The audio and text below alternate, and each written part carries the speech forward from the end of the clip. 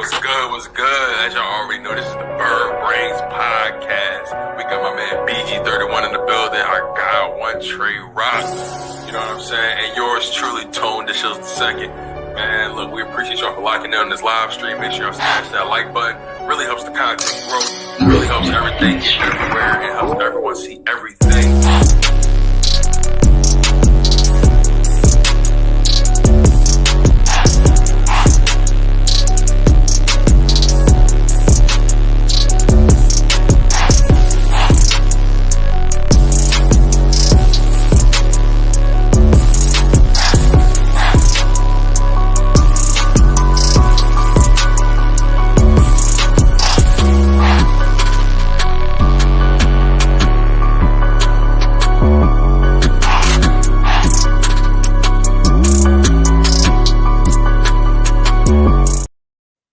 What is up? What is up? Welcome to another episode of the Bird Brain Podcast. I'm one of your hosts, BG31, with my boy One Trigger Trey. How you doing today, my guy? Good, man. It's a beautiful Thursday. Let's get into it. Yes, it is, man. You know, we got the combine going on. You know, people getting ready to get paid. You know, it's an awesome off season to be an Eagles fan, and I can't wait. So we're gonna definitely get up into this. But first, make sure you guys hit that like and subscribe to both channels, all channels. We are on Facebook, Twitter, YouTube, One Trey Rock, BirdGame31, BGN Sports Media. So wherever you at, go hit that likes, hit that subscribe. You know, can continue supporting your Eagles content creators. So yeah, Trigger, we got a lot of stuff to talk about tonight. You know, first off, you know, shout out to the Eagles, you know, finally doing what they need to go do and going to go get some coaches. You know what I'm saying? We went for a while without any coaches. Then we picked up Brian Johnson. Then we got our new DC, Sean. And then we got a couple of other coaches in there to fill in the other positions. So how do you feel about this coaching staff put together? All right, so I feel like Philadelphia Eagles fans, for the most part, knew Brian Johnson was going to get promoted. I mean, the dude, he really, like, super close to Jalen Hurts. Like, he known him since he was, 4 years old? So, I mean, I feel like it's a great marriage. I mean, that was his quarterback coach from last year. So, I feel like our offense is going to still be sturdy. Now, for the defensive coordinator, I'm not really too fond of him. So, it's like, from what I've been hearing around the league, he's a smart defensive mind. I mean, a lot of dudes, like this dude. So, I mean, this one right here, just a wait and see, because I never heard of him. I'm not even going to sit here and pretend. I'm not even going to sit here and pretend like I knew who he was before he got hired, because I didn't know nothing about this dude. So, I mean, it's going to be like Gannon. I mean, Gannon was a fresh young head coach. I mean, we didn't really know what to expect, but I mean, once he put his product out on the field, we're going to see if we like it or not. But for the offensive coordinator, I feel like that was an easy promotion, man. It was. I feel like they already kind of knew, once this team was having success, who the offensive coordinator was going to be. I feel like the defensive coordinator was a little bit more challenging. So, I mean, it's a wait and see. It's a wait and see, to be honest. Yeah, I feel you on that one. You know, everybody knew that was going to be the offensive coordinator. You know, it's like they're more natural because you didn't really want to see this offense switch up too much. You know, we were the number one offensive league, or well, it was number one, number two, one or two.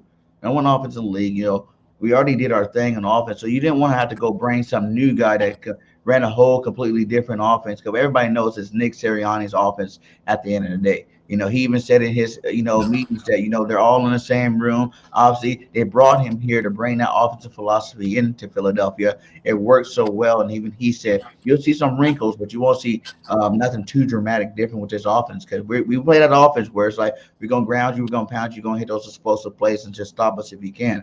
And we're going to see what happens with that. I think that was a great move, bringing up Brian Johnson. Like you say, he's known Jalen Hurts since he was a little kid, so they definitely got that connection there. And I look to see these guys built, going into the future. Like the defensive coordinator, like you said, I never heard of him, and that's one reason I was like, is the grass greener on the other side? Everybody wanted Gannon out, but we had one of the best defenses we ever had ever. You know, like yes, he blew up in the Super Bowl, didn't make any adjustments, but at the end of the day, it was his second year coaching. And I know, it's not like we fired him or anything. He took a better job moving forward, which is congratulations to you. But at the end of the day, when I was looking at defensive coordinators, I didn't see too many names that I knew, in terms of, applying for the job. So I wasn't like, what is this really going to do? Who are we really going to get for this defense? And then are they going to be good enough to, take us to that next level? But that guy, he was a defensive coordinator for the Bears before. And I know he plays over there with Pete Carroll. Pete Carroll's a great defensive coach in mind. I know he studies under the same philosophy that Van Gio philosophy they run over there on defense. So we look at this get some of the same stuff I hear, with maybe a little bit more mixing it up, showing man doing zone, showing zone, playing man type stuff. So, and maybe being a little bit more aggressive on that defensive side of the ball, like the biggest thing is don't let these quarterbacks come out, and sling that rock on us. It's hard playing that defense and not seeing it. Like people say, you might see someone come out and be hot five in a row, but you only really got 30 yards in that five passes. So that defense going to get a lot of completions, but not a lot of touchdowns and scores with it. It is kind of a bend don't break. But like I said, we dominated last year with the defense. I don't see too much reason why we should change that much. We got an outside cat instead of bringing up Singleton. Letting him go ahead and take the defense. We got an outside cat to come in here, and mix in some ideas to help switch it up, and help this defense out moving forward. Right. Speaking of defense, we got our boy over here, CJG, talking some mess. He woke up, and he tweeted this, man. Like, how do you feel about what CJG said? He says, "You ain't put us in position to make plays," when he's talking about Gannon in that second half of that Super Bowl.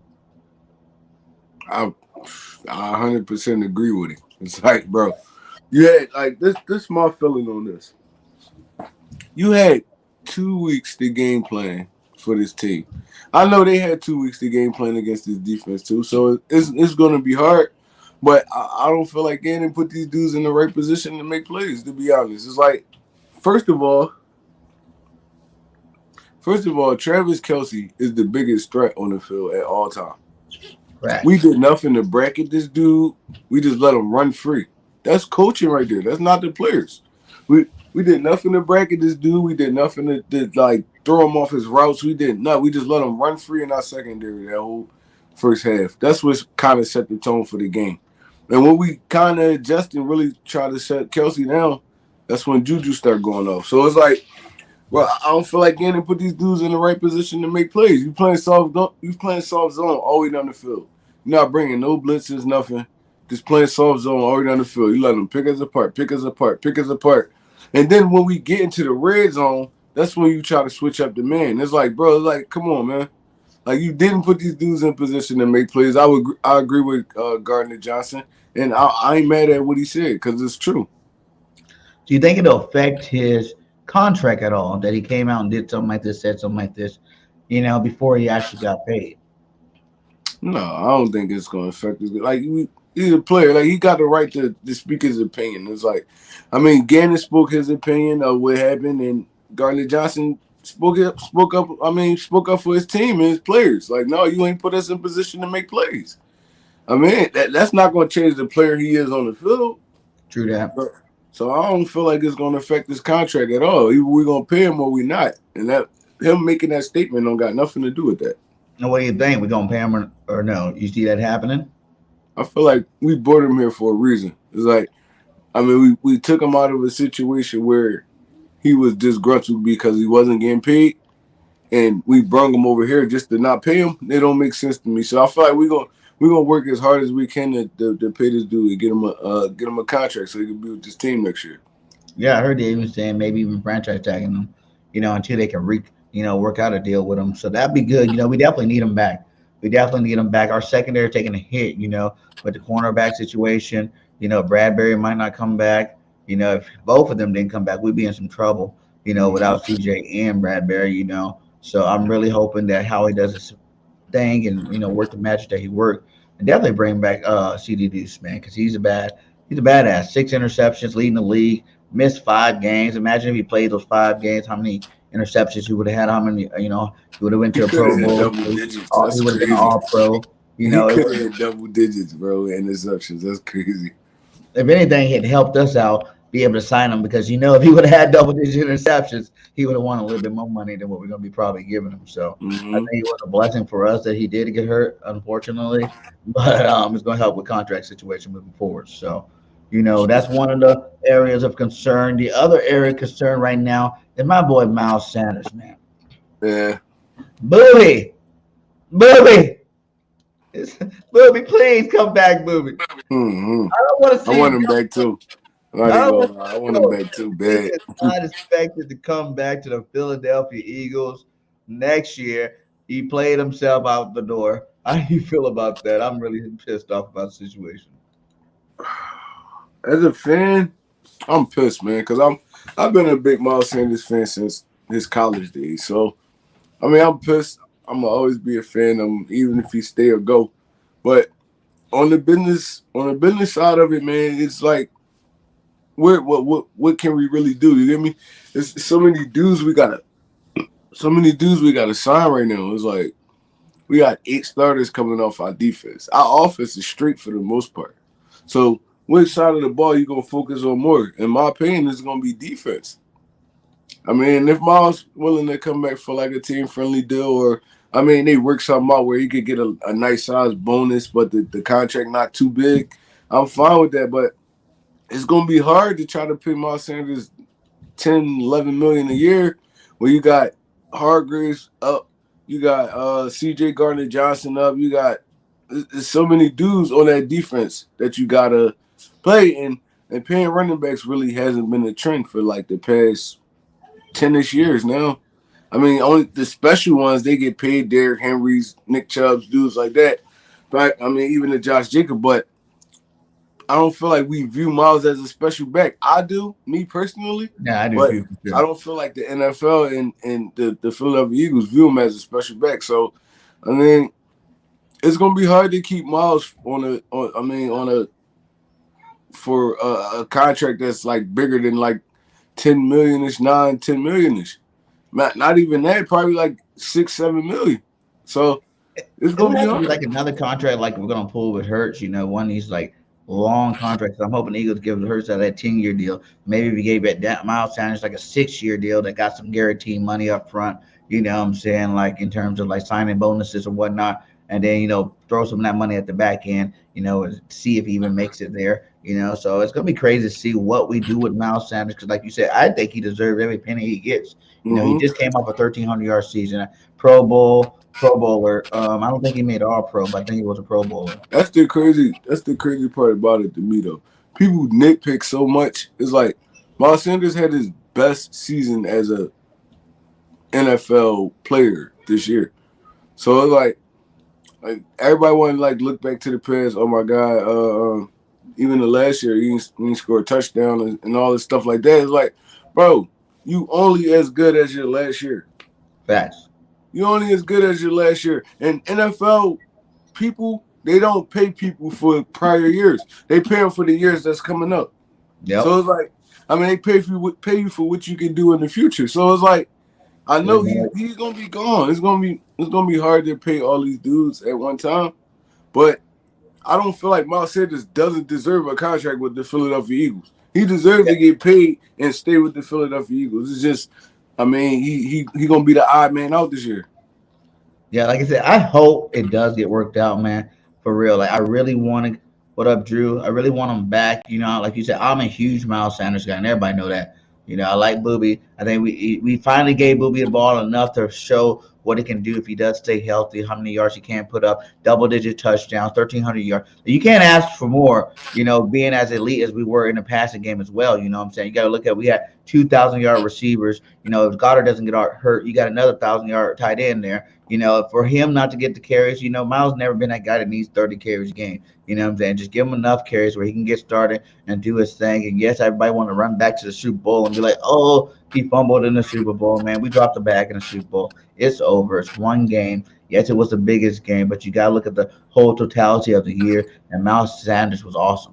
You know what I'm saying? Like he had an awesome season. And, I hope he does. I hope they do bring him back. What's up, my guy? I hope he comes back. He's the Eagles for a long time. I'm already hearing chatters about Gainwell being the number one guy, how would you feel if Gainwell turns your lead back and we roll from that with Gainwell, maybe bring back Boston Scott, and we don't really pick up a big name running back? How would you feel about that?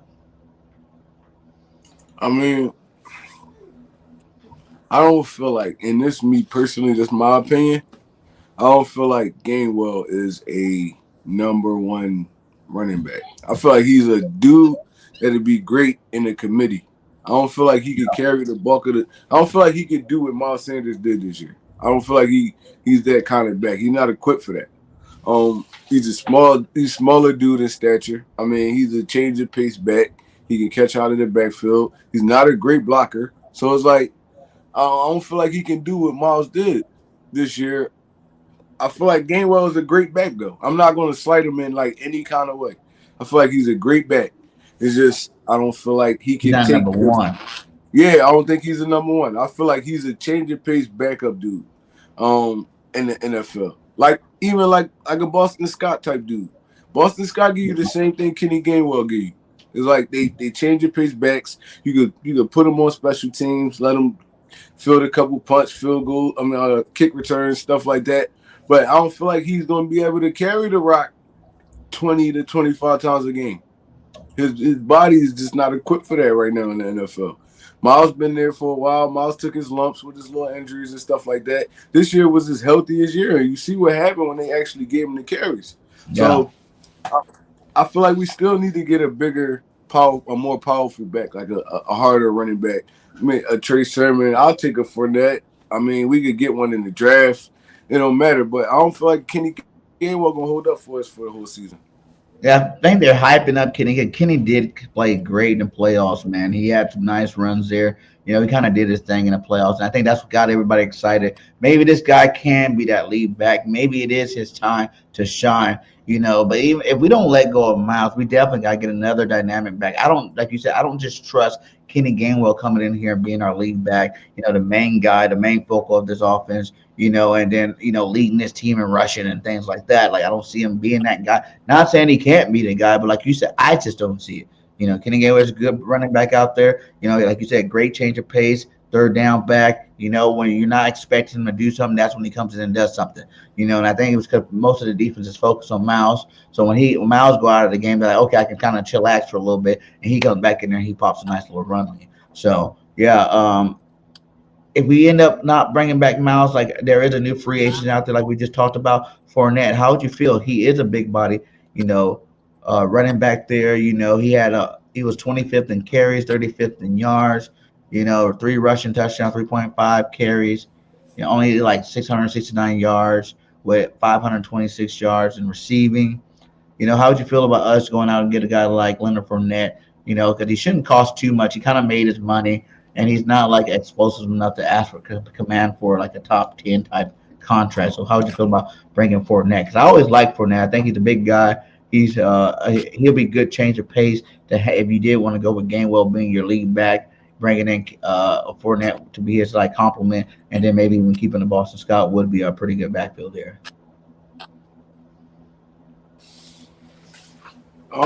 Yeah. Bringing in a Fournette, that I feel like that'd be a good pickup. He really wasn't used too much over there in Tampa Bay. Like he isn't like beat up yet. So I mean, Tampa Bay was a more of a passing team. So Fournette didn't get really that many carries. So I feel like he'll be still. I mean, a strong runner and stuff like that. He don't got to be the explosive Fournette from like Jacksonville or his beginning of Tampa Bay. But he'll be a dude that could get you that 5 yards consistently. He get you that 5 to 7 yards consistently, and he still could break it if the hole there. So, like I said, with a Fournette and a Gainwell, that's a good mix right there. Cause it's power, power, power. You've been beating on them all day, and then you bring in a Kenny Gainwell to just break that joint, just get him out of there. So that'll be a good combination. But as far as Kenny Gainwell just being our lead back, I don't feel like that's a good recipe going into the season. So, I mean, bringing in a Fournette, you could bring in like a Ronald Jones, one of those dudes, one of them big bruising backs. You bring one of them in, they get you that good 5-10 yards. And then you still got the threat of Jalen Hurts using this league. So the run game still would be solid. And like I like this one right here too. The one Scoop said. I feel like that'll be that'll be good. Like Miles, he over there in Jacksonville. I feel like that'll be a good matchup. I mean, a good Him and thing. ETN together. Yeah, him ETN Woo! together, and you got Trevor Lawrence throwing that pill. How you be throwing it? That'd be a great journey. Yeah. What would you feel about if they do like they did last year? One in the first round pick, send it to Tennessee, and go bring Derrick Henry in here. Who, the Eagles? Yeah. Oh my God, that would be crazy. You know what I'm saying? 'Cause if you're gonna pay somebody on that offensive side, that would be the cat to pay. You imagine That'd be Derrick crazy. Henry behind the Eagles offensive line. Could you imagine King Henry back there with Jalen Hurts pulling something to coverage? Could you imagine that? Bro, that'd be wild. We They're just playing letting fantasy. people go left and right. You know, they gotta let go a couple people I want. Taylor Lewan, you can bring him over here. You know what I'm saying? Let him get over here and do some Right. things. You know, there's some players in that team, they're letting go. I think they're a guard there. I forgot his name right off the top of my head, but he was a good guard. They're fire selling over there.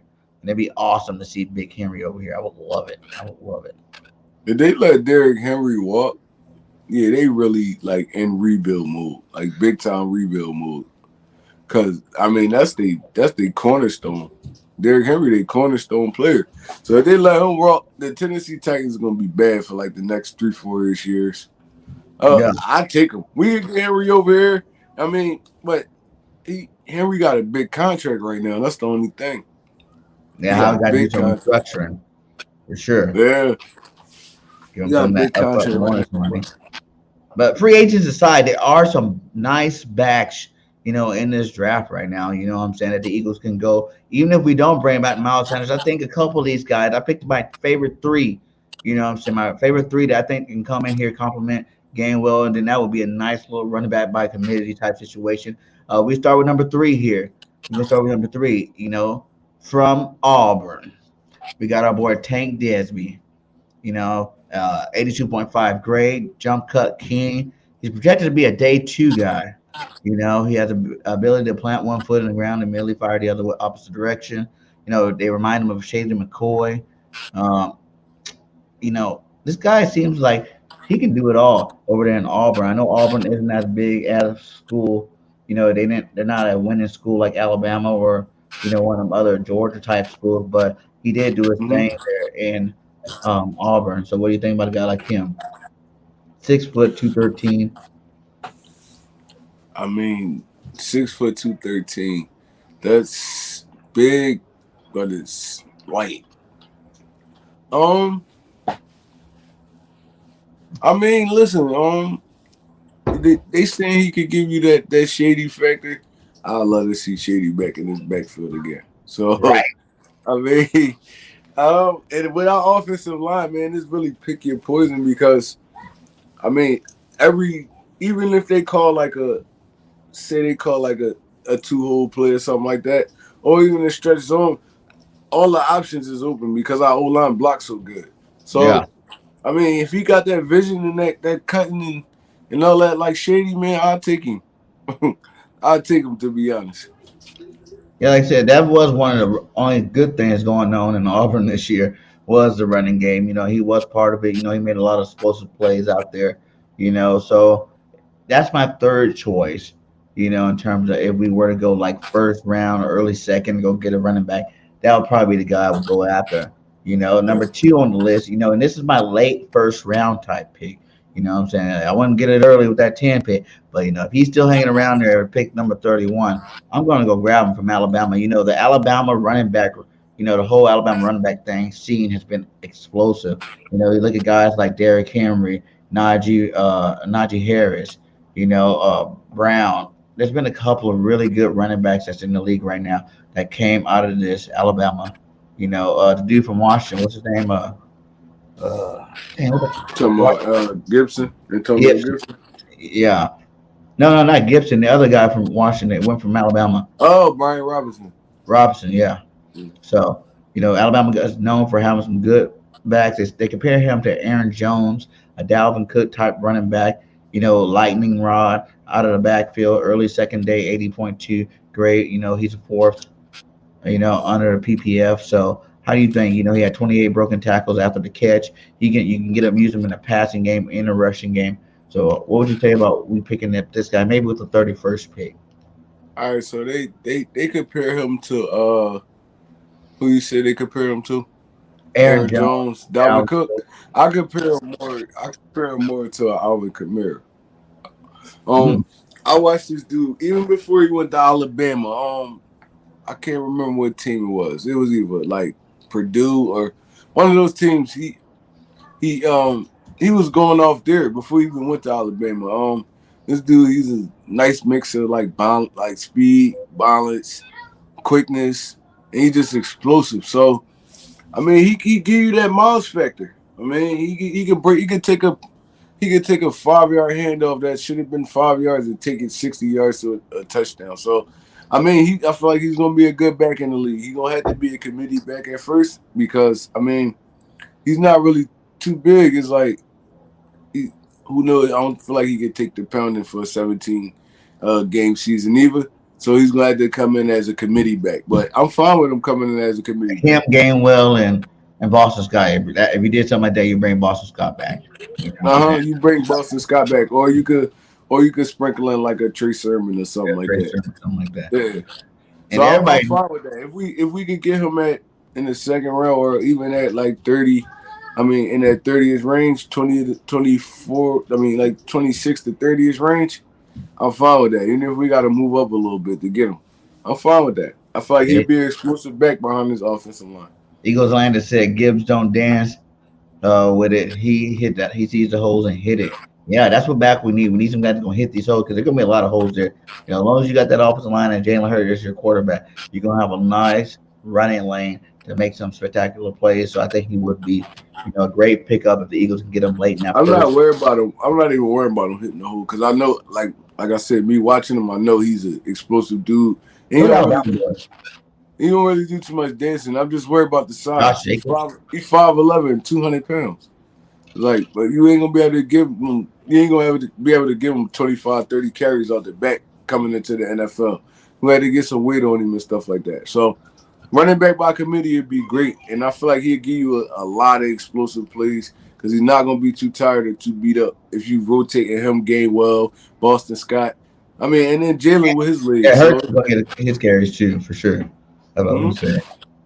What up, Simone with the Spizzors? How you doing, sis? Hope everything's good over there. Nice show with Philly Mike earlier today. Go, you guys go check that out. And my guy, Dan, this is the guy I want with that 10th pick. I don't care what anybody says. I think the Eagles need to go up. If you don't re-sign Booby, you better use that 10th pick and get this guy right here. Bijan. Bijan Robinson, man. Like, this guy is amazing. You know what I'm saying? Like, I love everything about this guy. He's explosive. He's physical. You know what I'm saying? He projected to be a first rounder. But you know, he's hands down the best coming out of this draft class. You know what I'm saying? Both everybody else they say out of the water. You know, Bijan Robinson is that dude. And I think if we do not re-sign Booby, I would take him with the 10th overall pick. I would do it. I would do it. You know what I'm saying? How's your feelings? You know, he got a 95.2 grade, you know, offensive focal point, baby. You mean you can bell cow him, give him the ball as many times as you want. Look at those abs. He's ready to take some physical contact. You know, this guy's a beast. You know, he's only 6 foot though, but he is 220 pounds and he got lightning speed. So how do you feel about this guy? Um, best prospect. Best prospect coming out the draft since Saquon Barkley and Ricky Williams. Bijan, he's been a starter since his freshman year. This dude put up astonishing numbers, and he's just like an amazing back to watch. The only thing that scared me about him is he got a lot of carries in college. So it's like, how beat up is this dude body? You know the Ezekiel Elliott factor. I mean, Ezekiel Elliott had a lot of miles on him coming into the NFL. And Bijan kind of the same. It's like, I mean, he was everything to Texas. So they rode this dude till the wheels fell off. Texas does have another guy.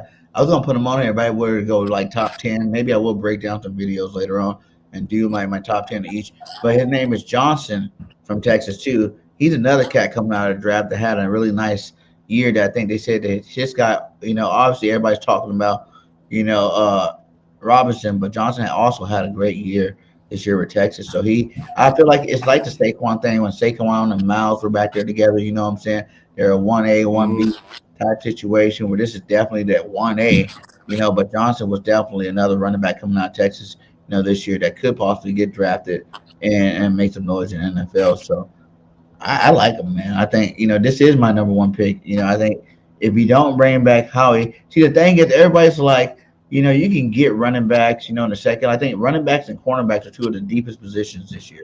You know what I'm saying? They're pretty deep in this draft. Cornerbacks, running backs, defensive linemen. But I think it's a difference from good ones and elite ones.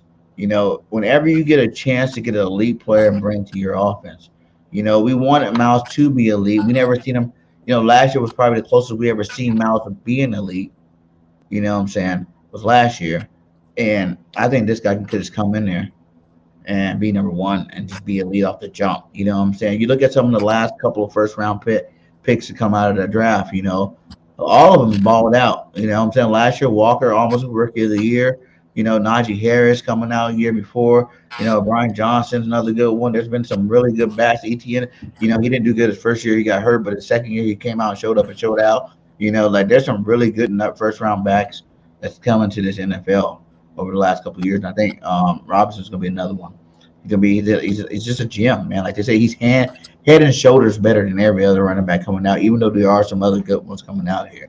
So I would definitely be on board with us picking him up in the first round. I don't know if I'm taking him at 10 though. That's a little bit too rich. If we could get him, like I said, in that 25 to 30-ish range, and we go, even if we got to move up. You're not going to be there at 25, 30. You're not going to be there that late. I'm not wasting my 10th round pick on a running back. But a special running back. We call Saquon Barkley special. He didn't really do too much for this. He was special every year that he wasn't hurt. Last year he was hurt though. That's the point. His rookie year he wasn't hurt, and he was his special. Rookie year was the last year he really last year and this wasn't year hurt. This year he wasn't hurt and he was special again. It's just. He's special, but it's like, at 10, right? All right, and it just hear me out. At 10. 3, maybe 4 years, and then you got to pay this dude too. What they just say? 5. When they want to pay Miles, 5 years. We have to wait. We don't have to pay him big money until 5. Year 5, unless he does do what I think he do, and he's like lead back 3 years in a row. Of course, we have to pay him early. Yeah, and then you have to pay him. Contract, we don't pay running back. You don't pay running backs that much money. Discussion again. So it's like I don't think you take a running back at 10. I feel like he'll be there in that 25-ish range. Would you move the 10 pick back to maybe 13, 14 and take him? Depending on what you're gonna get for it, you get me? It's like if I could get a solid like second round pick or something like that, or somebody really want to go up and get somebody, yeah. But if we ain't really getting too much back for it, it's like we might as well just stay put at 10 and take a defensive player. I'll take that. We really in need for like a corner or an edge rusher. I ain't gonna say we really in need for an edge rusher, but the more the merrier. So, if we do end up losing Hargraves, we probably need a D tackle or another corner. I feel like D tackle or corner with that number 10 is gonna be the solid pick right there. There are too many defensive needs to take a running back at 10. I don't feel like our defensive needs are really that big, especially if you hear him talking about, we re-signing Charlie Garner Johnson, whether we franchise tag him or not. You know what I'm saying? Like, we got 2 first-round picks. And, even guys like, Fletch, I think, will come back for discount. BG already said he would come back for a discount. We're going to have Barnett back. I know a lot of people don't like him, but he plays the run really good. Who knows what kind of year he can come back into. We still got Sweat. We still got Jordan Davis looking to make a noise this year on that D-line. Milton Williams had a great season last year for the amount of reps that he had. So I don't really see as many holes as everybody really sees. Yes, there's a lot of free agency names because we signed a lot of one-year contracts, the Limbaugh Josephs, the Dominican Sues, and guys like that. But other than that, we got players to step in for some of these players, these other free agents. The main two probably you have to worry about the most would be corner and safety if we don't re-sign Charlie Garner. The D line is going to be good regardless, I think. Even if we don't sign, Hargrave back, because he's going to want a lot of money. And like I said, hopefully he can get Fletch. He's already made his money. Maybe he wants to go for that Super Bowl push one more year where he don't have to take that fat of a contract, take a nice little deal, like $13 million deal with like a huge signing bonus. That's probably being part of that. So I'm not really worried about it. I would take a running back in the first round. Like I said, this draft is deep at DT and deep inside the ball. But I'm trying to worry about it. I just feel like you want to go ahead and lock up. You got the line. You got the quarterback. You got the receivers. Now go ahead and make sure you still got that running back because we had a nice elite running back. And you've seen what our offense looked like with a guy that can rush for 1,300 yards. You know what I'm saying? Like we've seen what it looks like with Mount Sanders playing at a high level. And you don't want to just substitute that with just anybody. You kind of want to get the talent level up in there, to supplement that. But I yeah, agree. I that's how. agree. You won't lose it. Bringing Bijan in, you won't lose a beat. I mean, Yeah, if you do lose Miles Sanders, you won't lose a beat. It's just the fact that we have other needs right now. It's like our offense is solid. We can find a running back. We gotta shore this defense up a little bit more.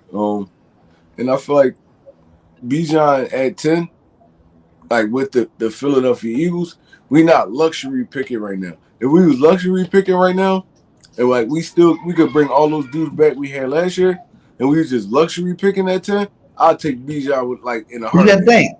Who can we really get a good deal with? I think BG we can get a good deal with. I think Fletch we can get a good deal with. I think guys like Adamic and Sue, if you really want to bring Sue back for a year, you can probably get him on a cheap deal. I think Linval Joseph wants to play more, so you probably won't get him back. You probably get one of those two guys back out of that. And then you're looking at linebackers there, Kaiser, White, TJ Edwards. Those are our tickets. You let one go, you keep one. You got Dean waiting to play. The defensive tackle, like I said, Milton Williams, Jordan Davis, they're coming in and do their thing. And yeah, you want to get a cornerback, safety, CJG, Charlie Garner Johnson. And then you also have Blankenship still there, who had a great little stretch run at the end of the season. Kayvon Wallace kind of came out and showed up a little bit towards the end of the season. So, like, I don't really feel that defensive need of players, so much as opposed to, I feel like it's equal. Like you can use more offensive guys. You got to look at guys like it's Kelsey coming back. You know what I'm saying? How many more years you got with Lane? I think that those are the older guys in our offensive line that you got to really worry about. But the rest of those guys are solid too on the offensive side. So just go ahead and lock yourself in. A nice running back, man. I love it. Nice running back. Go get me John Robinson. But before we get to that defense side of the ball, we're gonna stick with this offense side a little bit more, and and give a salute to my boy Jalen Hurts, man. I love Jalen Hurts, man. Salute to you, GOAT. Because Jalen Hurts is the future of the NFL. I know people don't like to hear that, but he is, man. This guy, you guys question his passing, you question everything about the man. But he just came up, showed up, and showed out, not only in the Super Bowl, but for the whole season. You know what I'm saying? It's a Philly thing, like Jay. Let me see. I got my new It's a Philly thing shirt right there, baby. It's a Philly thing. Oh, look at that. We got it. It's a Philly thing shirt. I like yours. Yours got some green in it. I like it. You got the whole hoodie. You know what I'm saying? So What it is Trey a Rock Philly there, thing. he get me. And our quarterback is making money off and on the field. He's copywriting everything he says, and he's making that money left and right. But look at some of the things that Jalen did do this year. Holy Hurts. He had the highest quarterback rating from the pocket this season with 110.4. Let's just start with that. The highest quarterback rating from the pocket when everybody says he doesn't stay in the pocket and can't throw from the pocket. Man, what kind of accomplishment is that? I know he was a NFC or was it the Offensive Player of the Year, right? NFC Hmm. Offensive Player of the Year. Is that what it was? Yeah, yeah. Yeah. So how do you feel? What would you tell the haters right now that said that Jalen Hurts couldn't throw in the pocket? I mean, he proved he. Oh, bro, I never seen like to be honest, and like my time and watching the NFL, I never seen a dude improve so much from one year to the next. It's like, I mean, he showed you everything. Like the dude could throw. I mean, even when he can't use his legs, he can still curve you up from the pocket. He dangerous outside the pocket. He could take off when everything breaks down. It's like he give you everything at that quarterback position that you need. So it's gonna be hard to stop this dude, especially if he improved as much as he did last year into this next year. MVP. Oh, sure cut MVP, and in the NFC, they're not gonna be able to stop this dude. I mean, even the AFC, I feel like Jalen like a top 5 quarterback right now. So in his I second think year, number two. If you want to give Patty, I still think he's the best quarterback, really. But if you want to give Patty number one, I'll give Jalen number two. Either way, whichever way you you want. think you think he number 2? I I think mean, number that's, two, man. I Because mean he that's does like this is he done everything you want him to do. Like he's won more games than any of those other guys you want to put in here, the Burrows, the Herberts. You know what I'm saying? Like, he's won more games than them. He's put up better stats than them. He has less turnovers than them, and he's won more football. So how can you put these guys ahead of this guy? Less turnovers, more wins. That equals a better quarterback, and he's made it to the Super Bowl. I know Burrow's made it once, but he's made it to the Super Bowl as well and had a lights out game there. Look at this versus top 10 defenses. 64% rating, 955 yards, 11 touchdowns, 1 interception, 118.9 quarterback rate, 85 rushing yards, 1 touchdown. that's amazing, bro. That is amazing versus top defenses in the league. He's not doing this against the scrubs. He's doing it against the best of the best. Another numbers you want to see. Let's hype him. He's only the second quarterback to win 16 games in their first, 3 seasons. Right. Like these are stats. Every year since he's been in the league, he's been breaking records. He's been setting records. He's been, some of these records might not even get broken, for a while until you can find another guy that's such a dual threat like Jalen Hurts. And this last one, it was, Jalen Hurts led the NFL in quarterback rating on throws with 25 plus air yards with 123.4. Woo! I mean, the best player in NFL, best player here. All that is opinionated. I mean, it's all opinion based. So it's all kind of eye test. Nobody really go off stats. So you see in Jalen Hurts, he what 5'11", probably 6 foot. I mean, he doesn't have a rocket arm and stuff like that. And then you see like a Justin Herbert, Burrow, dudes like that. Everything just eye test. So I agree with what you're saying. If you feel like he's number one in the NFL, I respect your opinion on that. Like, I mean, I can't really argue with you. I respect your opinion on that. I feel like this dude's that's kind of like slightly better than him with the quarterbacking thing. But like I said, I can't like with the quarterback thing. Like I feel like what people look at is more like you said before. Like when you looked at Peyton Manning when he first came out, you knew Peyton was going to be a good quarterback. You watch him at Tennessee. You see how tall he is. He's up in the pocket. He's a big, statue type quarterback. And his arm, he had a rocket arm. He can put the ball anywhere you want. So I can understand when you see Burrows and these guys, Herberts and those type of cats, Josh Allen's and those type of guys. They're just bigger. They're bigger, taller. They're more your prototypical quarterback statue. Mm-hmm. Where people look at that and they're like, "Oh, this guy is awesome." But like I said, man, when it comes to winning games and not turning over that football, Jalen does. And Jalen is an elite running quarterback too. And those numbers just showed you this year he went into the upper echelon in terms of elite passing quarterback. He's already elite running quarterback. And those other guys are good runners. They're not elite like Jalen. Josh Allen runs the ball pretty good there. He takes a lot of carries. But Jalen Hurts when he's running that football.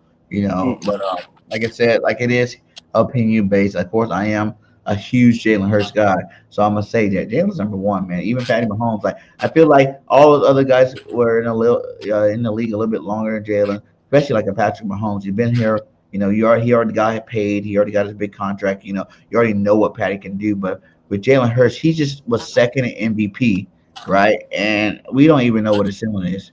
You know what I'm saying? Like if you made that kind, like you said, if you made that kind of jump, year 1 to year 2 of starting, like what are you gonna do year 3 to 4 and 5, 6? Moving forward, he's 24 years old. What's Jalen going to look at 28, 29, 30 years old? Like if he continues this progression, doesn't get hurt, stay healthy, the sky's the limit. He could be the best quarterback ever. Like he's on that trajectory right now. People don't see that the way he's breaking records and setting tones.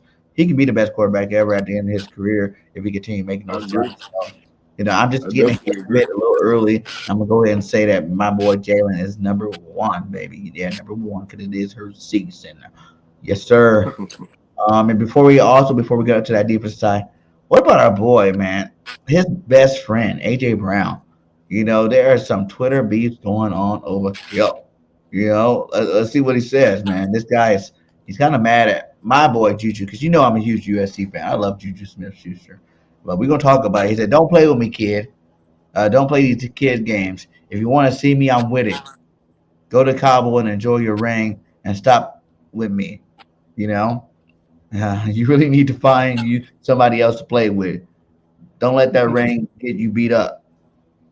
I'm with all that dump. Okay, Team Juju." I'm not gonna speak on it anymore. Yeah, I'm not gonna speak on it anymore. Then he even went as far to inbox the guy and was like, I don't play kid games. If you want to see me, I'm with it. You better go to Cabo and enjoy. You know what I'm saying? Stop effing with me. How do you feel about AJ making this noise? You think it's deserving?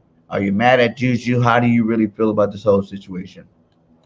I mean, it's all funny to me, man. It's like I love it. To be honest, I feel like AJ kind of.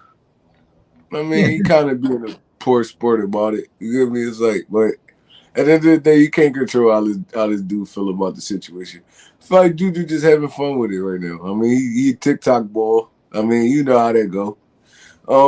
Not like he just started. Like he's been TikTok boy since Pittsburgh. You know what I'm saying? Like before he even got to KC. That's why I didn't think. I feel like AJ kind of taking it a little bit too personal. It's like, I mean, but I get it though. Some people don't play games like that. You get me? I mean, some people they laugh, joke and stuff like that. Some people they just all about their shit. They not with it. So I can't say either of these dudes wrong because Juju been like that since he came into the league. Yeah, and AJ he give you that straightforward boy. Like, bro, I will really put hands on you. You keep playing with me. He give you that. He's young. You know, kind of like how I put in the thumbnail. I feel like that is Juju right there. I just want to make a viral video. You know what I'm saying? I just want to make a viral. I think that's how this is really a kid for real, man. He's, like, he's out there having fun. He makes money, have fun. He just won a Super Bowl. He's happy. He never won one of those with Pittsburgh. So he's a happy camper out there. And he's just doing his thing. Let's see what everybody got upset about. Let's watch this video he just made here. Let's go see it. Here it is. Hey, Miss Parker. How you doing? What's up, bro? Come on. Get him in the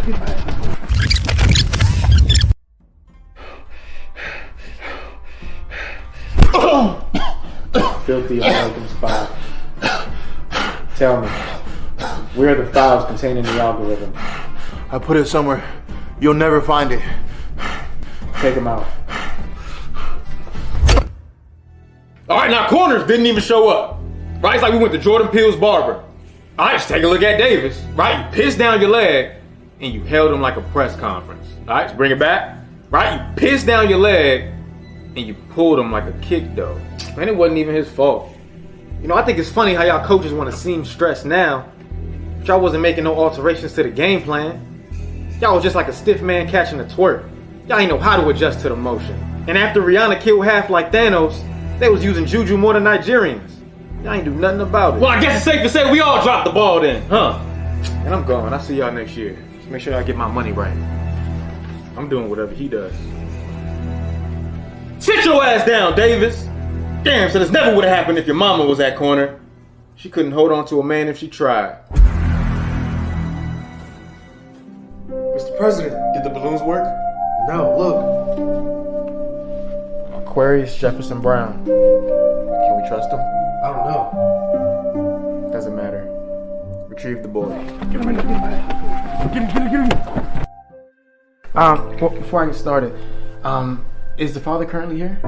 He's not. He is away on a business trip in China. Why, is everything okay? Is it a girl or a boy? Well, see, that's the thing. There seems to be a file encrypted near the prefrontal cortex of the baby's head. I put it somewhere. You'll never find it. From what we can determine in code, it looks like you may be having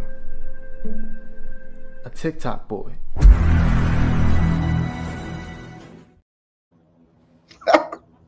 I didn't even know that the first time. He is talking about AJ and him. You know what I'm saying? That's crazy. Yeah, he's just having fun with it though. Like I said, it's a free world. You know, I think we're getting a little too sensitive. Let the boy have fun. If it gets him 1 million, views, and he can make a little extra money. You gotta realize Juju's like a number 2. So he's not getting paid AJ Brown money. So he needs to do what he can to make that extra money on the side. And I think that's what he's doing it out there. He's making a little extra grind on the side. Yeah, I don't really care about it. It's like, I mean, y'all ain't gonna meet up in the parking lot and rumble or nothing like that. Y'all just going back and forth on Twitter. So it's like, I mean, bro, AJ, you gotta just we lost. You gotta just let it ride, man. Let the dude Yeah, have his fun. we didn't take that L. Yeah, You we guys expect that lost. will be some kind of We backlash for lost, taking that. and Juju definitely had a big game against us. So it's like, I mean, you gotta just take them lumps. I mean, when you see him next year, you get him next year. Don't all the Twitter beef. That's kid stuff, man. I got time for all that. I feel like AJ got to be a little bit better than that. You know, all year long, AJ does. I love how he comes to defensive players. I do love it. You know, but you got to take it down. Now he's trying to go move into that kind of like that hood stage.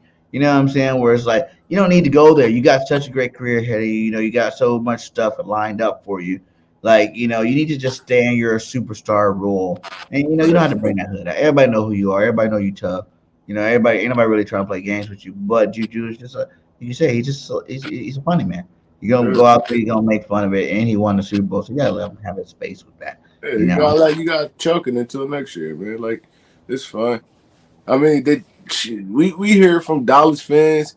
We hearing it from Kansas City fans. We hearing it from San Francisco fans. You gotta have thicker skin than that. Like, I mean, they had like, I mean, y'all did what y'all did on Twitter and all that. And he decided to make his little TikTok. Man, he could do 1 million TikTok videos for real, for real. It's like they won the Super Bowl.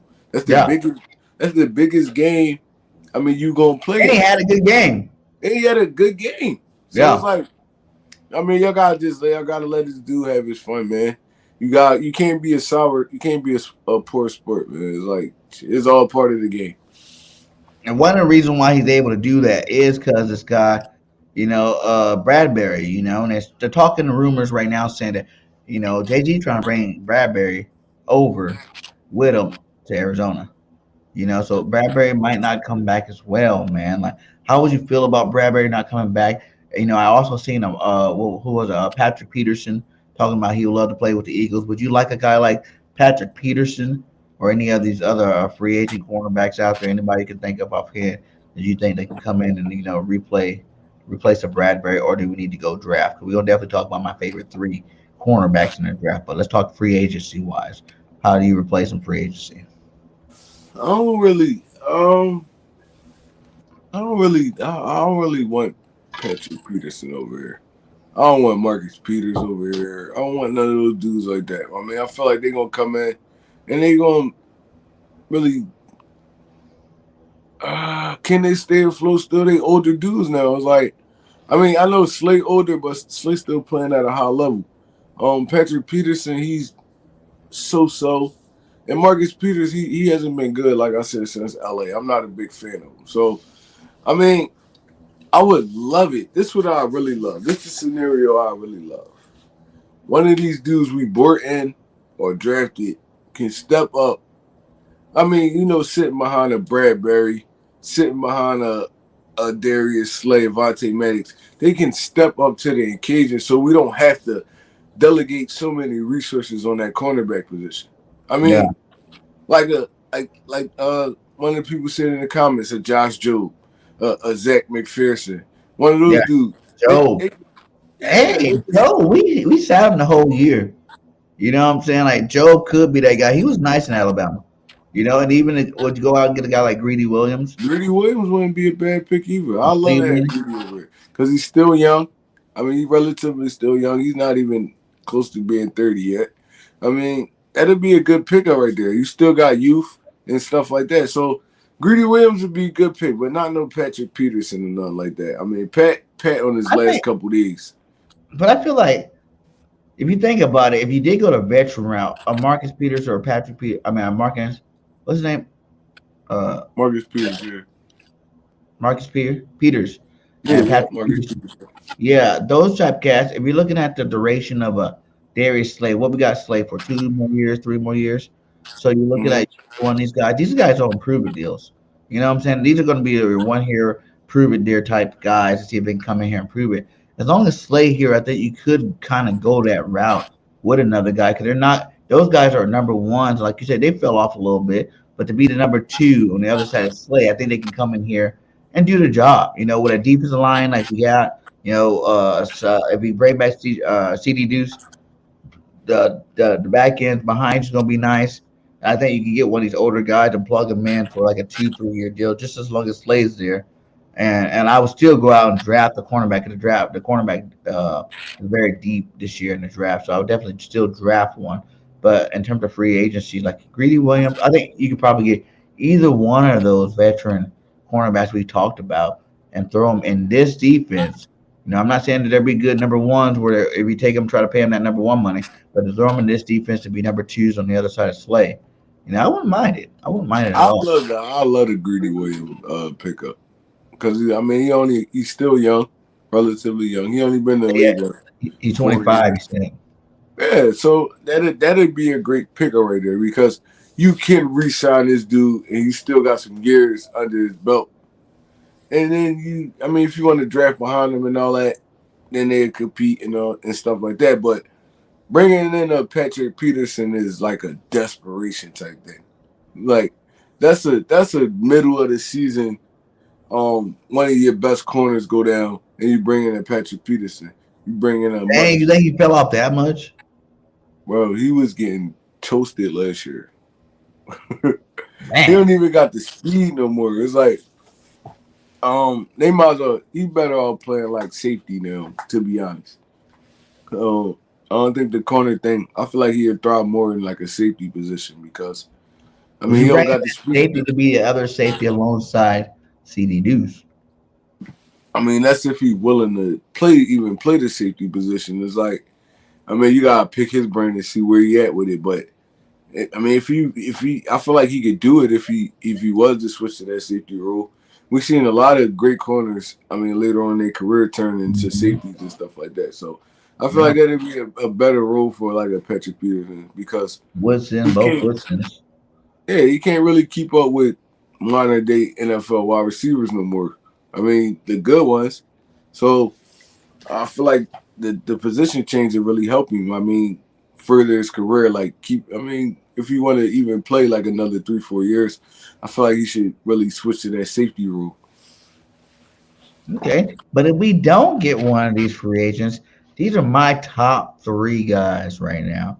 You know, number 3, I know this is most people's number 1, is your boy here, Mr. Devin Witherspoon out of Illinois. He says, Witherspoon may not be elite physical skill set for the position, but his senior year tape was good, as we've seen in our 9 years of, grading college football.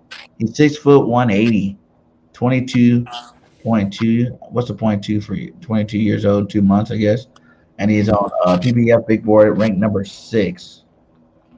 What do you feel about Witherspoon? You like this guy? Said Island number 1 cornerback is his role. So they grade him as an island corner. 6 foot 180. I don't know about the 180 part, man. It's like that scared me. Like you 6 foot 180 pounds. That's like relatively light. It's like the Davante Smith for cornerbacks. Yeah, he's gonna be small, man. It's like I know that 180 is kind of thin for a cornerback. Yeah, it's different for a cornerback than a wide receiver. It's like you going against dudes that's like 6'3", 200 and something pounds. It's like it's different. So I mean, so reliability, man coverage skill set enables him to play on the island consistently due to his ball production. You may think he's too. Well, I can't see what that says, but yeah, I think he's probably that elite guy. Like you said, I just worry about the 180. You know, yeah, that's a little light, man. Do you think he between Avonte Maddox weigh more than 180 pounds, and he ain't even 6 feet. They say, yeah, he's a kind of boom the bust type player. Either he is going to be elite when he comes in, or he's going to suck.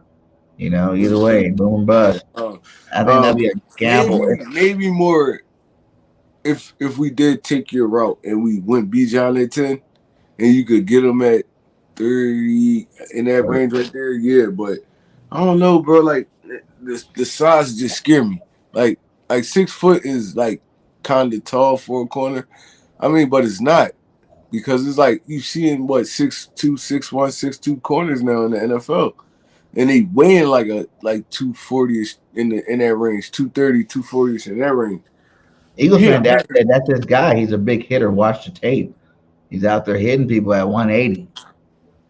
I understand that, but that's college What's though. Charlie Gardner-Johnson? He's not that big either, isn't he?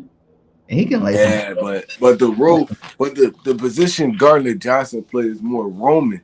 If you go get him, you drafted him and you drafted him high. You drafted him to be your number 1, number 2 corner. So he's gonna be guarding dudes like Justin Jefferson, Jamar Chase, dudes like that. So I don't know, bro. Like I said, I gotta put on the film and actually watch him. I'm just going off of, what I see right here, because I ain't gonna lie, I never really seen him play. Right. So I'm just going off this. So maybe I just got to do a little bit more film study on him, and then I could give you a better answer the next time we talk. And then my number 2 guy, we went from 3 to 2, and he might be your number 1 and most people number 1. And I would say he's probably 1B for me. Is your boy right here, Joey Porter Jr. Daddy was an awesome football player. You know what I'm saying? Amazing football player out there. He is from the Penn State area, so he'll be back at home. And I think they even asked him at the combine, would he even like to play with Philadelphia? And he said, yeah. You know what I'm saying? Why not? He said Porter is a high IQ cornerback with the kind of skills and physicality everyone is looking for. If he was a slight bigger athlete, he'll be a top 10 pick. He's 6'2", 195, 4th-year junior, 4-star recruit. He had 113 tackles, 86 solo, 2 tackles for loss, 1 sack, 1 interception, 20 pass defenses, and a fumble recovery. Go watch the Purdue, Michigan, Minnesota, and Indiana game. I guess those are the games he balled out in. Talk to me about Porter. All right, so Porter, I like him. Like, this my guy. I like him. Like, I just like the heart he got. But when it comes to like intangibles and stuff like that, yeah, I feel like he's gonna need a lot of work in the NFL, because he does play a little high. He gets stiff. He like stiff in his waist, his hips and stuff. He's a press man corner. 195 pounds. He's 6'2". You could get some more weight on that frame. You get me? You could get some more weight on that frame. You could get him to like the 205, 210-ish range. So, I just feel like, I got to see how he tests for real, because I see how he play. He play with a lot of heart. He's real physical. He's not scared to hit. But yeah, it's just he was a linebacker, one of the best, linebackers in the game for real. You know what I'm saying? Like, I think he probably gonna get some good coaching there. He got a good mentor in his dad. I know he played a whole other position, but Dak Burrito says Porter's too stiff. Yeah, I feel like that's the case. Like I said, you could work on stuff like that. And then depending on what system you go into, you can match that. Good height, 195, got a little bit more meat on him than a guy like Witherspoon. Oh, I feel like a lot of times he's overrated too. I ain't gonna say he's overrated. A lot of times I've seen him, he was out of phase a lot of times and stuff like that, but he kind of got the speed to make up for it. Like I said, he's gonna have to get into the NFL. He's gonna have to work, man. It's like. But do you think it's because of the talent he had on that overall defense? You plug him into a defense like ours in the pros. We got a great pass rush. We got some good linebackers. We got a good secondary. He'll also have help behind him. Besides, he's not coming in to be the number 1. He'll be coming in to be the number 2. Do you think that all those things kind of would matter with him, where it might help him grow into the position? I feel like he can, because he got the size. It's like he's 6'2", 195 pounds. Now you could put another 8 to 10 pounds on him, and then you 205. Yeah, you work on it. You work on the footwork and all that. He's gonna be a nightmare on defense, because he already has the size. He's 6'2". Yeah. So now you could put him on all those 6'2", 6'3" type wide receivers, and he'll work well. You could put him on a DK Metcalf. You could put him on I mean, like a Justin Jefferson. He just, I mean, it's all gonna work with the hip fluidness because he, like they're saying in the comments, and I agree with him. I feel like he get a little stiff in his routes at the top of the top of the stems and stuff like Yeah. that, and he started to get grabby. So, I mean, like that's he gonna have Hey, to give get him a little bit of yoga. defensive Yoga will coach. help loosen them up there, loosen up them hips. Go do some yoga classes this off season, boy. Right. And then But my I guys, feel like in the NFL, I feel like, and I don't know if people like going to agree with this, but I feel like he has the potential to be like a Sauce Gardner type. You get me? Like ooh, Gardner, he more like fluid in his like movement, and he a little bit more slimmer, so he move a little quicker and stuff like that. But I feel like he could have coming in, he could have kind of the same impact that Sauce Gardner had in the NFL. So defensive rookie of the year, first team All Pro type yeah, impact. because he's like it's just the physicality he bring at at this stage of his career. He's not scared to get dirty. He's not scared to hit. He's not scared to get up in wide receivers' faces. It's just like they say, he get a little grabby because he's not real fluid in his hips right now.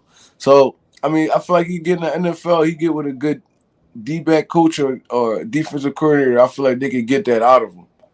I mean, if he's willing to work.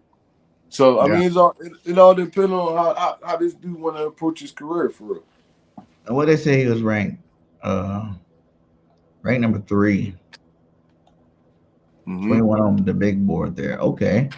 Well, we're gonna go to my favorite cornerback out of the draft so far, and that's my boy over here from Oregon, Mr. Gonzalez. Mm. You know, Oregon transfer from Colorado, 6'2", 200-pound, third-year junior, 4-star recruit. He had 128 tackles, 100 solo tackles. Woo! 6 tackles for loss, 4 interceptions, 17 pass deflections. You know, best games against USC, Georgia, BYU, and Stanford. Those are some good teams to be watching games for that he's actually showed up, and showed out for. You know, the fact that he has more tackles, you know, more interceptions, and he's a little bit lighter. Oh man, he's a 5 pounds heavier, right? 5 pounds heavier at the 200 pounds. Why are you talking about giving him extra 5 pounds, getting his pro body ready? You know, he'll be like a 210, 205, 210, cornerback 6'2". And it says, you know, Gonzalez is a total package physically. You know, he got all pro tools, but just need a little refinement, you know, once you get to that pro level. He's my favorite ranked corner in the draft. I mean, Big boy number 10. yeah, he's my favorite corner in this jack. The only thing that scared me, and it's just a me thing, I don't really trust Oregon defenders. It's like, Why? They pass the ball a lot over there. I don't really trust Oregon defenders. It's like these dudes, man. I can't really name one that's been really an impact player in the NFL. So it's like, is it just the Pac? I mean, what's they in the Pac-12, right? Is it just like the Pac-12 and like they throw the ball so much that you got more opportunities to make plays on the ball, or is he really just like going to be a dominant player in the NFL? Because like I said, I don't know one that came out of Oregon that's really good right now. Cornerback out of Oregon? Since I've been watching football. That is a good question. Cornerback that came out of Oregon that was good. I don't even know any Oregon cornerbacks. Linebackers. Yeah. Tackles. Yeah, but I don't know. But how many of them were actually considered like, you know, top 10 picks? It was a few. From Oregon. I mean, Eric Rowe, like you said, Eric Rowe ain't come from Oregon. Eric Rowe with the Stanford. No, he ain't go to Stanford. Eric Rowe went to what school? I think it was Arizona State or Washington. One of them. Washington State. I think he went to Washington State. Pac-12. Blue here says, I say draft him. Yeah, I like Gonzalez. You know, like I say, he's a little bit bigger. You know, and if you look at the production, you know what I'm saying? Like, he had more tackles. He had more, you know, interceptions, you know. He had more solo tackles. He can hit somebody. He's out there. He's tall, lanky. But like you said, 1A, 1B with Porter. He said, or Porter Jr. 1A, 1B were either one of those guys. If you want to go with a drafted cornerback this year, I would go either way. Either way, I think Porter. I don't know. It just feels like sometimes the legacy type thing. Oh, he said Air Rose from Utah. Yeah, Utah. Yeah, Utah. I knew it was one of them red teams. I couldn't remember which one it was. Yeah, and it's just like you bring a guy like that in here, man. Like I said, he'll be able to learn from a guy like Big Play Slay. You know what I'm saying? Like, I mean, Javon Hollins had a solid career so far over there in Miami. Yeah, Hollins had. But that's the only one I really out of Oregon that really like. Not even just D-back, just defenders. Period. It's like they don't really bring out too many defensive players. It's like, yeah. So, I mean, that could be just me. That's just like UFC, and I don't really trust none of their wide receivers. Is like, oh, because we got some good ones, baby. Juju Smith, Super Bowl champion. It's just like Ohio State. I don't never trust none of their quarterbacks. Nelly, it's just a me thing. You love Nelly. Don't hate on Nelly. It's just a me thing, man. It's like some schools you just can't. Coming out of USC this year, that fool's some schools you just can't dip into their wells. Like, I mean, mark it down. And I think that's another receiver the Eagles can get. Second rounds, Addison from USC. That fool's a beast. I like him. Don't hate my USC guys, okay? I love my USC guys. I told everybody we should have got Hufanga that year in the draft. And no, we never got him. We needed a damn safety. I was saying second year all-pro safety. You guys need to listen, USC boys. And you know what? Marlon is going to be back this year, right? But Marlon's brother played for USC. He's coming out in the draft this year. He's a defensive lineman. I said, go get him too. Go slide him up with his brother, and they can play football together this year. You know what I'm saying? Marlon Brothers a beast over there at USC too. I like the other guy that played wide receiver from Ohio State. What's his name? Austin Jenkins. What? Something like that. Jenkins. I can't remember his name, but he a dog over there. He was over there with Marvin Harrison. Marvin Harrison's son. Oh yeah, Marvin Harrison Jr. Not Marvin Harrison Jr. though. The other one. Is it like B Johnny or something like that? It's some African name. It's something I can't remember his name, but he's super explosive. Yeah, Dooley, a baller at USC. He's gonna be here with his brother. Hope the Eagles draft him in like the second or third, and let him come play football with his brother. That'd be awesome. Awesome. But it's just so there you go. Jackson Smith and Jigba. Yep. Yep. He gonna be. If he ain't gonna be a number 1 or 2, he gonna be a ultimate. He gonna be one of them ultimate slot dudes. Like he gonna be one of them dudes that just give you everything out of that slot position, because he like shifty. I feel like he'll fit well like in here with an AJ Brown, Devontae Smith, because he give you that speed out of the slot position like Quest, but he a little bit more explosive than Quest. So let's talk about that. Because everybody's hating on my boy Quez, man, for real. And it's really started irritating me because I love me some Quez Watkins, and I really feel like Nick said, it wasn't that he really had a bad year. He just had less opportunities this year. We seen him have that great when we threw him in the fire. His second year in with Devontae Smith to be that number 2, he stepped up and he handled this business. 700 yards. He had some touchdowns. He did what he had to do. And I think we all just expected him to take another leap forward. And it's not really that he didn't really take another leap forward. It's the fact that he had less opportunity because like you said, your number 1's going to be AJ. Number 2's got Devontae. Number 3, in terms of the pass game, was Dallas Goedert. He went from number 2 to number 4 fast. And I think that was, like he said, on and off the field, he was battling with some mental issues this year. And I think that's what it was. It's kind of like the Rager effect. I just had a year where I had close to 1,000 yards. When you get that close to 1,000 yards, you want to come back the next year. You want to get 1,000 yards. You want to go ahead and get it. And I think when we got a guy like AJ Brown, where he took so many care, both of our guys went over, 12. How much Devontae had? 1,300 yards. AJ had 13. Devontae had like a little under 13. They both had double-digit touchdowns.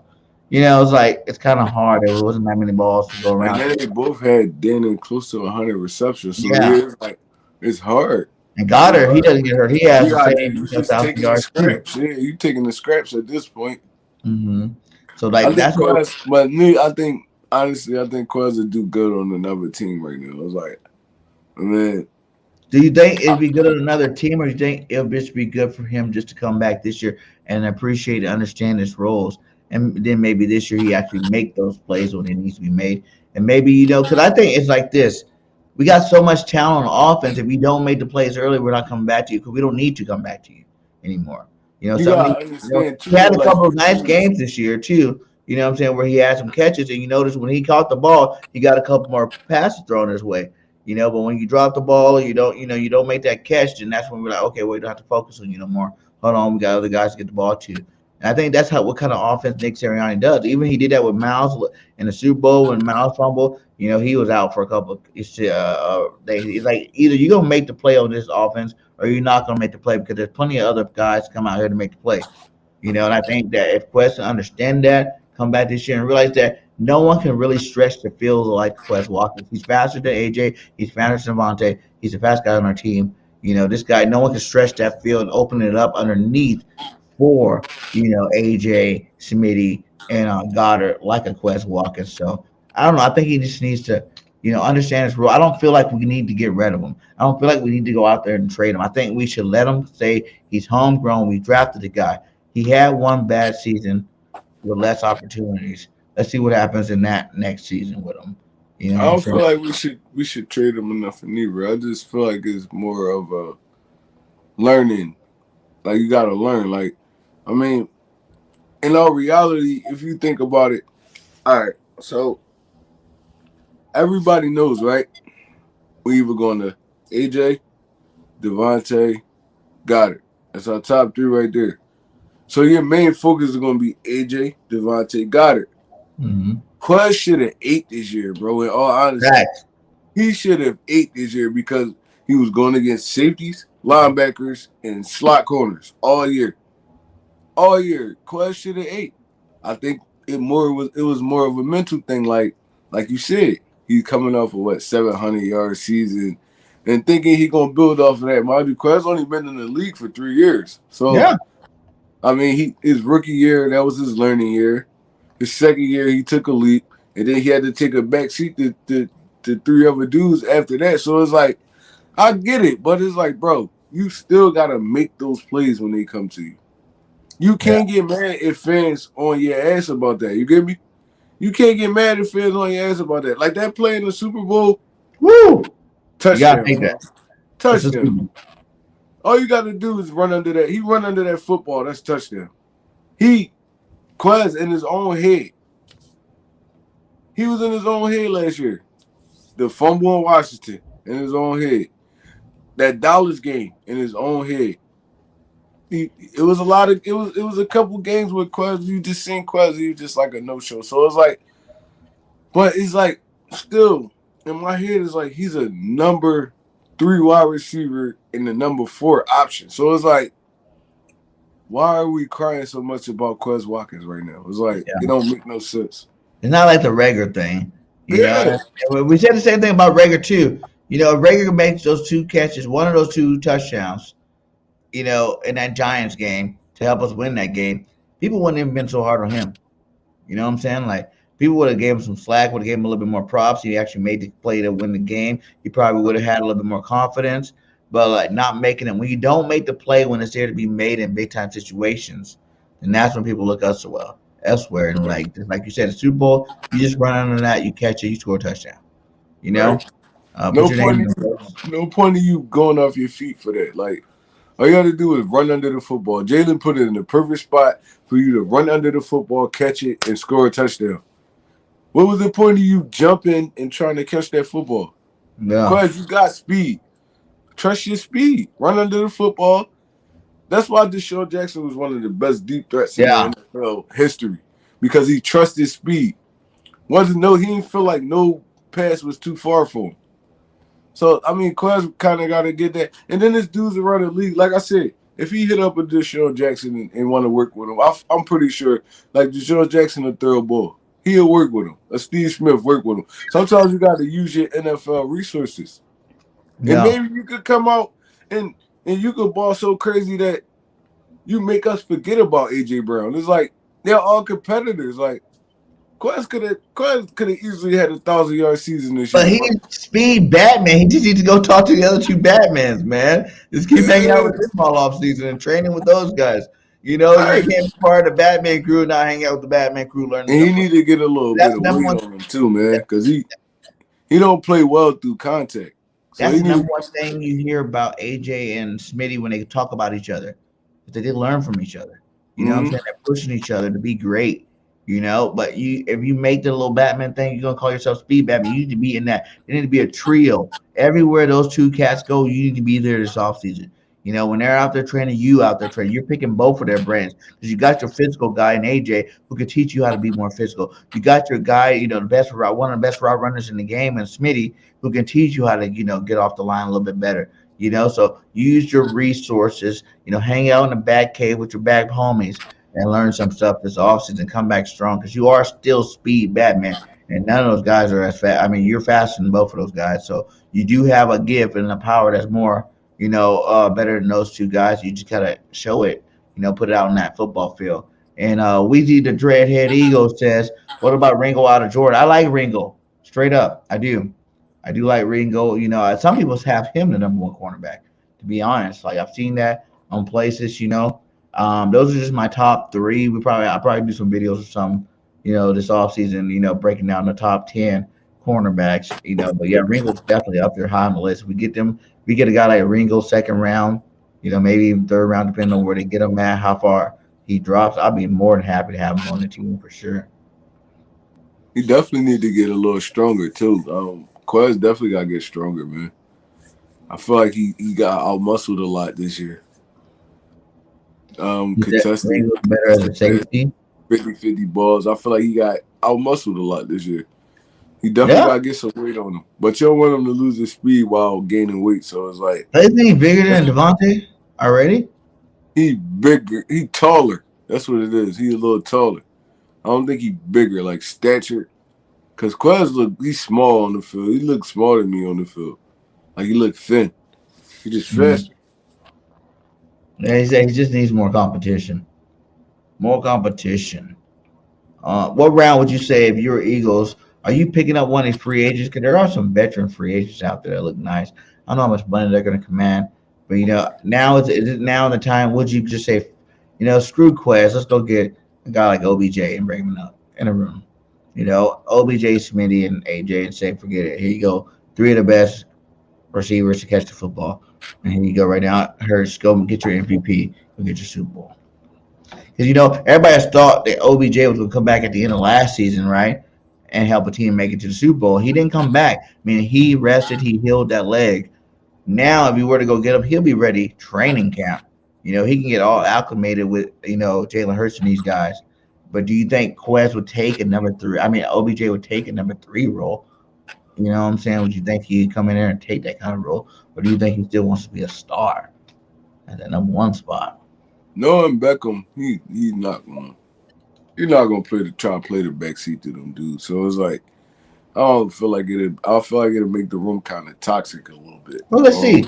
When he went to the Rams, he was number three, wasn't he? Because you had Cup. He's number two.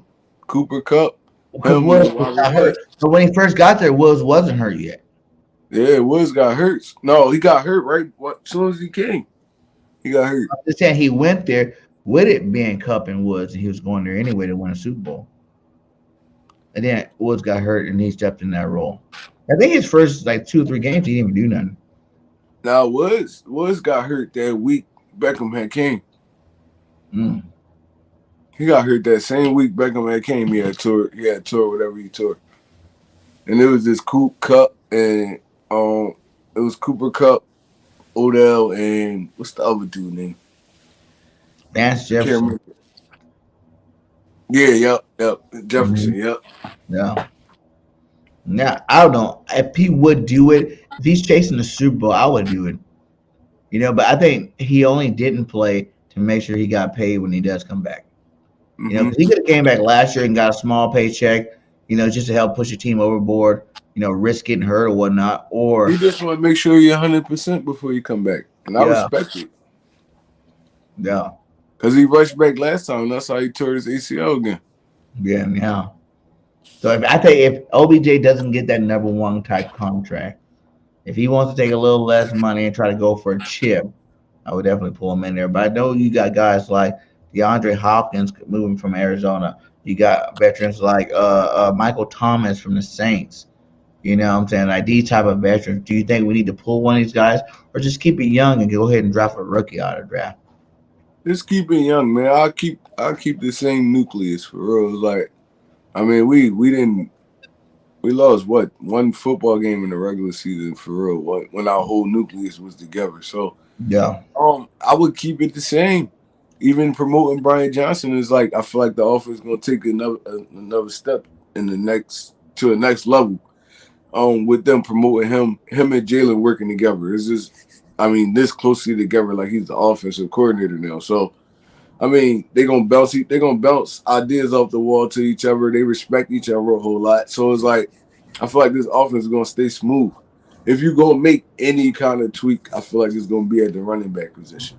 Now, if you could draft a rookie or something like that, but I'm not going out and trying to get nobody to be a third wide receiver. I mean, it's like you work with what you got. You tell Quez, you give him this resume in the offseason, like, bro, you can't play like you played last year. If you come back and we see you on that same bull crap, we gonna replace you. You gotta give him Right. an ultimatum. So I mean, I don't feel like we should change that much. Like we shouldn't make no drastic move, like go get a Odell Beckham Jr. or nothing like that. I feel like Quez fine at that number 3 wide receiver because in all reality he's a number 4, maybe even number 5 option. I mean, depending on what back you bring in. I mean, because in all reality, Miles was our 4th option. It Yeah. was AJ, then Devontae, then Dallas, then Miles or Gainwell out of the backfield, then it was Quez. So I don't feel like you need to make a drastic change right there. I feel like Quez need to get better at that position he was playing though, because you need to get a little bit more weight on. You got to be a little bit more fearless when you're the number 3 wide receiver because I feel like Pascal did a better job at being that number 3 than Quez because he was blocking a little better. Mm-hmm. You could Well, move them all around. You could move them all around the formation. You mm-hmm. could put him on special teams. He'd block his butt off on special teams. So he was doing a little better at being that number 3 than Quez was last year. Quez got to embrace that role. If you want to stay with this team, you're gonna have to embrace that role. I know he's one of the fastest dudes in He the got NFL. 98 speed on man. I'd be mad if he's gone next year. Right? No, Quez really he really fast though. It's just No, he fast. Like he said, he thinks he's faster than Tyreek Hill. You know, but if you're gonna talk about that, because that's the thing I think with Quez was he was talking on that mess earlier, like, yeah, I'm the fastest guy in the NFL, I'm this, I'm that. But when it came to the season, he didn't go out there and do it. What's the use of talking about how fast you are if you're not gonna produce like Tyreek Hill once the opportunity comes to you? You know what I'm saying? Like Tyreek Hill's one of the best receivers in the game. You've seen how many yards he put up this year, over 1,500 yards. You know what I'm saying? He was damn near close to 2,000 yards. If Tua doesn't get hurt, who knows? He might even get 2,000 yards this year. You know what I'm saying? The way it was going. So, you know, Quez, if you're going to talk, you got to back it up, you know, on the field.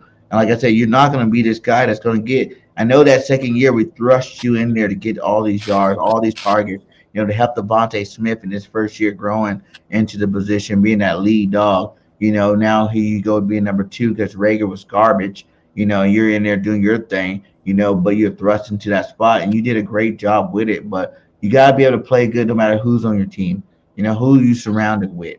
You know what I'm saying? Show them that they made a mistake. They didn't need to go get an A.J. Brown. You don't come in here because we got an A.J. Brown and play worse.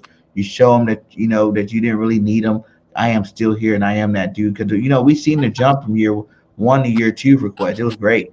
You know what I'm saying? We expected that year jump from year 2 to year 3 to be even greater, and we didn't see it. You know, so now you get another chance. If we don't get ready, you have another chance to come in here and show that you worth, you know, everything that we drafted you for. You know, I want to see all our draft picks. Like we said, I think we showed that diagram to show that we only had one guy on offense we didn't draft, you know, and that was AJ. So I like seeing, you know, a homegrown talent, you know, because you can stop saying how he can't draft, you know, offensive players at least because these guys are all starting from his, from the draft. So, I want Quest to stay around. I want him to do his thing, and like you said, some people said just give him some competition, and I'll go out there and give him some competition. I don't care. Who cares? Like you said, if Quest is already the fifth option, whoever other competition you bring in is gonna be the sixth, seventh, eighth option. When you're that far down the line, it don't even really matter at the end of the day.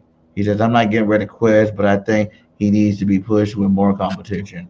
Yeah. So go get some competition. But is it going to be in the form of a veteran or is it going to be in form of a, draft pick? Which way would you go with that? Who, me? Yeah. If anything, it's going to be a draft pick. I'm going to draft another wide receiver. He's probably not going to touch the field too much. But you're going to put a little bit of pressure on Quez. Light a little fire up under him. Because now this dude could easily be our number 3 wide receiver. So, I still feel like Quez got a lot of good football left in him. Because this dude can run. He can run, I feel like bro. him and John Ross are kind of the same receiver. Except for he's taller. Quez is taller, but they're kind of the same receiver in terms of the way their career's been going out.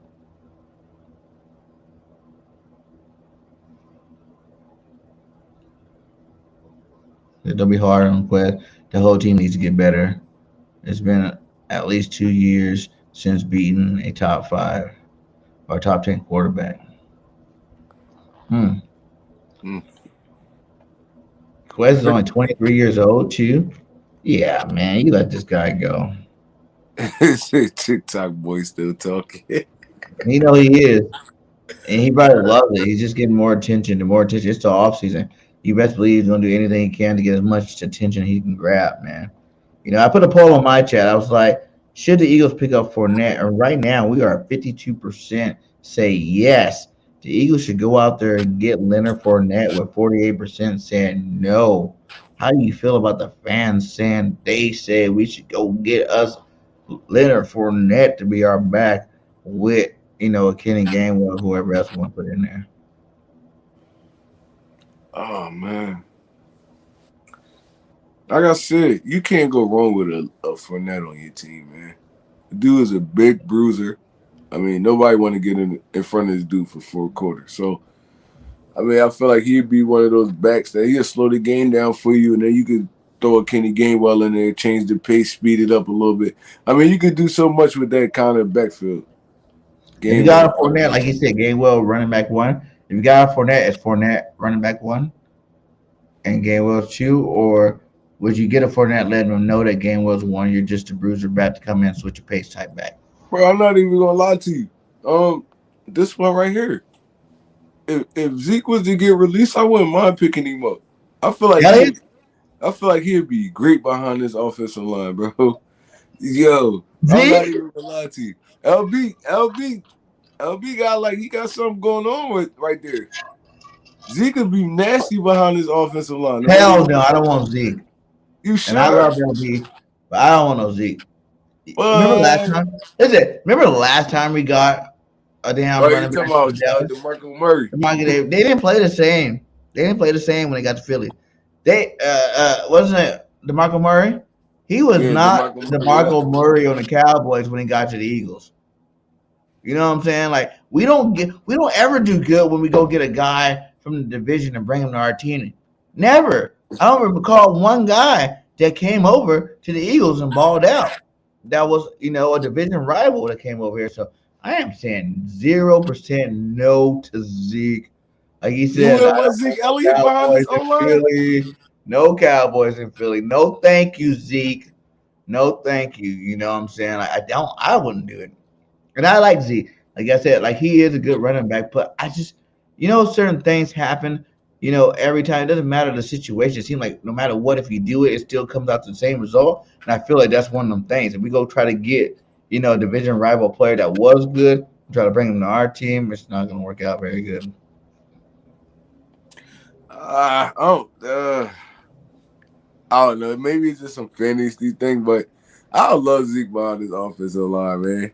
That's an easy 5 to 8 yards a pop, yo. I don't know, but yeah. I'm not saying if he did come and he played good, but you got to think Zeke just got a fat contract. How much you paying Zeke? If you gonna pay that kind of money, might as well keep Sanders. But if he get cut, his contract void. So then you basically be a free agent.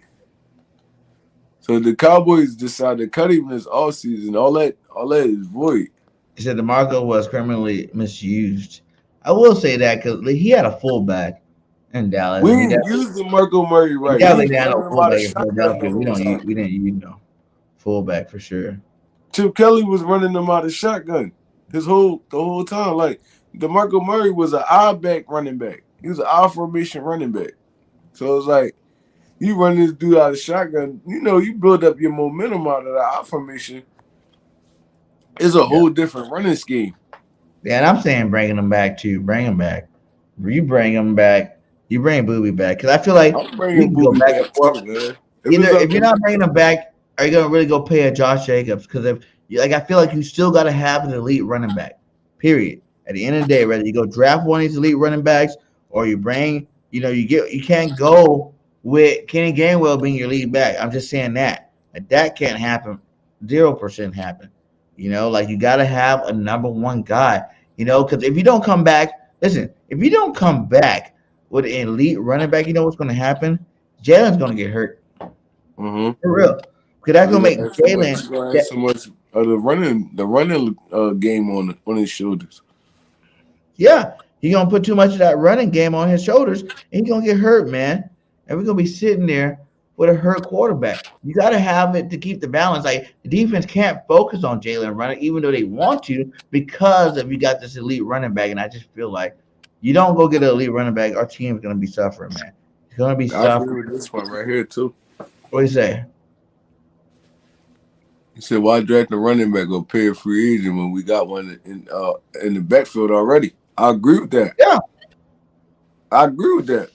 100%. But I low-key even said, though, even if we go and draft a running back like a Robinson or whatnot, I would still draft Robinson and keep Booby and move Gainwell to that third back. You know what I'm saying? Or let him and Gainwell split that second team reps.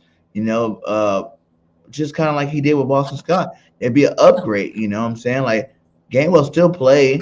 Robinson will play, but Booby will be your lead back and play one of them type games. So I feel like, when you're in the NFL, it's one thing to be a good team. It's one thing to be an elite team. But you definitely got to go out there and get you more star elite players. The more elite players you have, the better chance you have of winning Super Bowls. The better chance you have. And even if our offense is great, why not make it greater? That's why I say go ahead and get it OBJ and draft a Bijan Robinson. Make it the best team possible. When it comes to this year moving up, because we're in our Super Bowl window. Even if we sign Jalen, that contract doesn't start till next year. So we got this year where it's open season still, where how we can go get up as many of these free agents you can to try to go win the Super Bowl. But then after that, every year it's going to be like harder and harder and harder to do it in terms of we're going to have less and less talent because Jalen Hurts' contract is going to start kicking in. Even though the money's going to go up. You know what I'm saying? You're going to have to. It's going to be like how we're going to have a lot more work to do as opposed to if, we don't go do it right now. I think we should go all in again this year.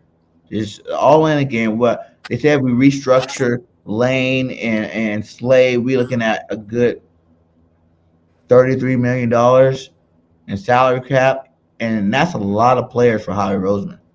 $33 million, he can get you a whole football team. Mm-hmm. For sure. Because I agree with Danny. We got to Booby right now, though, and we shouldn't give up on him. Yeah, exactly. I wouldn't give up on him either. And like I said, there are some really nice. We only went 3 deep in terms of the running backs. There are some other really talented running backs coming in here, this year too. So, I feel like with the draft picks we got, I think they said we got 5 out of the top 100, 5 or 6 of the top 100 players. When you got that kind of ammo going into a draft, I really feel like, that's at least 4 starters. We only got 6 draft picks this year, though. But how he gonna turn that into more draft picks anyway. So it's like, I mean, we could start off with 6. How we done made some trades, bang, bang, bang. Now we end up with 8, 9 draft picks. It's like, you already know how I really feel like if there's a trade for sure, moving back, no problem, Dang. Moving back that 10 pick to like 13 or 14 to get another pick would be something good to do. You know what I'm saying? Like, because you can still probably get. Cause I don't know. I don't think Robinson's gonna go in the top 10. I don't think he's gonna go there. But I do see him in that 10 to 20 range. Yeah, So if you probably can top move back 50. like 5 spots and get another draft pick, like a second round pick too, then hell yeah, do it. And be all I up. gotta look at the draft order. This is how I'm gonna play it.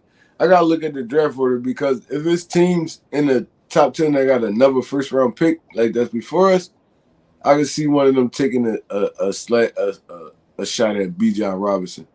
I mean, they get the defender or something they want at first, and then they take the shot at a Bijan Robinson. So I gotta really like look at the draft order. I ain't really look at it too much. What would you think would be more of an impact for our football team this year? I'm not talking about moving forward. I'm talking about this year only. Staying If we at do, 10. Listen, staying at 10 and packaging that 30th pick or 31st pick with like a second rounder to move up in the draft and maybe going 10 like a 15 like type thing where we get 2 top 15 players, or moving back in the draft to like 15, add another second rounder or something like that, and going 15-31 and having more ammo on the back end of that.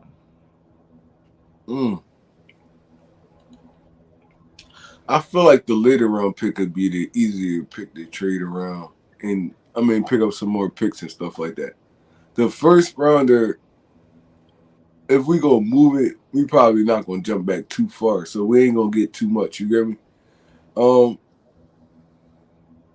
Damn, it's hard. It's hard. It's like I feel like I don't care what the case is. I feel like our first pick should be a sturdy defensive player. Then you can play around after that. We need either corner or we need defensive tackle. You get me? Corner or defensive tackle. I'm leaning more towards corner because we about to lose. 9 times out of 10 we losing Bradbury. So I'm leaning more towards corner in that first round with that 10th pick. But I mean, if how we can shake a finesse where we could hop back a little bit and don't lose too much ground on somebody that could potentially be like a dominant player in the NFL, and you still stay in that range, but you could pick up like an extra first round pick for the year for the next year, or later on down the line, maybe a second or something like that. I mean, I'll finesse it that way, but I don't want to miss out on too many players because, like you said, and like we all say, we're an elite football team. Mm-hmm. So you don't want to be one of those dudes that's like chasing players. If it's right there, it's sitting in your lap, then you gotta go get it. But if he can shake and finesse and still get kind of a day one starter or a dude that can potentially be like dominant in this league, I'll be fine with him trading back with that 10th round pick. No. Yeah, I like I said, I would rather package and go up with that 30 pick. I really, like I said, get 2 elite players rather than jump. If you want to go 1 offense, 1 defense, 2 offense, 2 defense, whatever way you want to do it. I don't really feel like there's one position that's more. One side of the ball that you need more than the other. Like I said, like if you go on offense, you definitely want to get yourself a running back. If you don't get Booby back, and you know how he likes to go offensive line that first round. There's some nice offensive linemen. There's some nice guards out there. Sam Mahler's a free agent. He might get out of here. And if Kelsey come back, we know we're going to stick Jurgensen over there. But if Kelsey don't come back, Cam's going to be your center. You're going to need a right guard over there. So, it really matters. I think Kelsey needs to go ahead and decide what he's going to do ASAP. Who's the next? I see who's the next? Gardner, Sauce Gardner. I think you said, like, who did you say could be Gardner this year? I think Gonzalez could be Gardner this year. Guy that comes out there and balls from start to finish. Or Porter. Or Porter. Dredd says bring BG back for sure. But BG already said he wants to come back, and he will take a team-friendly deal to come back. So I don't think there's any doubt that probably BG's going to be back this year. It's been 4 corners taken in top 10 the past 2 years. Sertain Horn, Sauce and Stingley Jr. Whatever happened to Stingley? Stingley was doing all right over there this year. Was he? Yeah, and That's with the one name I Texans. had. I know Barnes was doing good. I know Sertain been doing good, and obviously Sauce was all pro his first year. But that Stingley guy, man, I don't remember hearing too much about Stingley. I think he had a solid first year this year. I ain't even gonna lie. He had Yeah. a solid first year. So yeah, like bringing cornerbacks back. Now, if you could be Howie and he pulled a first round trade like he did last year, getting a guy like AJ Brown, name a player in the NFL you would trade for that you think can make that much of an impact on our team, offensively or defensively.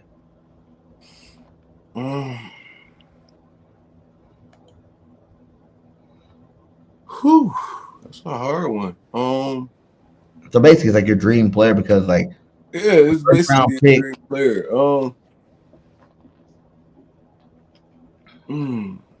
right, so if we gonna bring if we gonna bring the Kobe Dean off the bench to play, I mean that inside or outside linebacker, I'll take my dream player would be like a Fred Warner or somebody like that. Him and Dean in the middle of that defense is gonna be kind of unstoppable. And if it was the offense, it'd definitely be a Derrick Henry. Derrick Henry and Jalen back there, that'd be nasty, bro. Oh my god. Like he said, For would years you to trade come. top pick for Lattimore? Nah. You think- I like yeah. Lattimore I like Lattimore his first couple years. He kind of been falling off the past few years. I'm not even gonna lie to you. Say he's young The and past 2 proven. years. I just think the Saints suck. Lattimore's only 25 years old. He said. I think the Saints defense wasn't the same. So whenever your team goes down, he's just 26 years old. And then he's been kind of injury riddled too the past couple of years too. I know he's 25, 26ers, but it's like We need a don't it feel like Lattimore? I feel like Lattimore been in the league longer than that. I think he fell I off. don't know why. I feel like, But maybe it was injury based. Like if I, like you said, on defense, if I could trade, I would go to Ravens to give him a first round pick for a Queen at linebacker. You like Queen over Warner? Man, I'll give him a number one for Queen. You wouldn't do that? You think Queen's that good? I think Queen good, but And you put Queen with Dean, Queen and Dean together. I think that'd be a good young tandem that you can have for years to come. You know, they can get after that. That would definitely upgrade our linebacker position overall. He had to pick 6 versus us because of Gardner Minshew.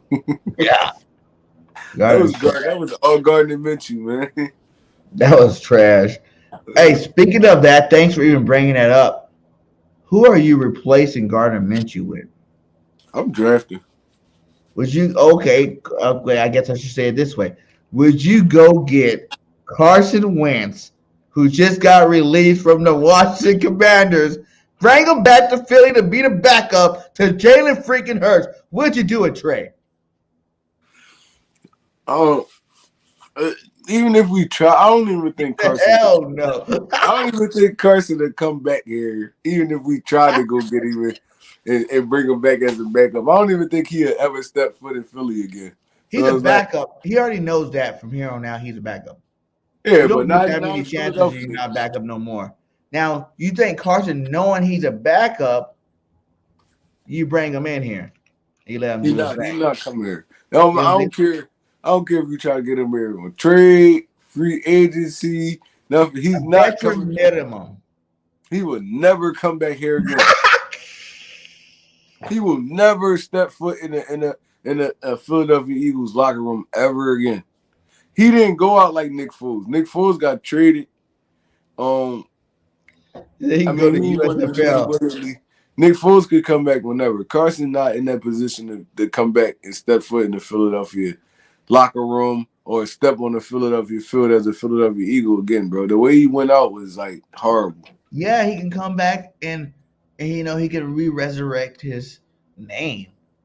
I went out wrong the first time. I know I'm not better than Jalen, so I'm not. I'm just here to help Jalen get better, and I want to just do whatever I can.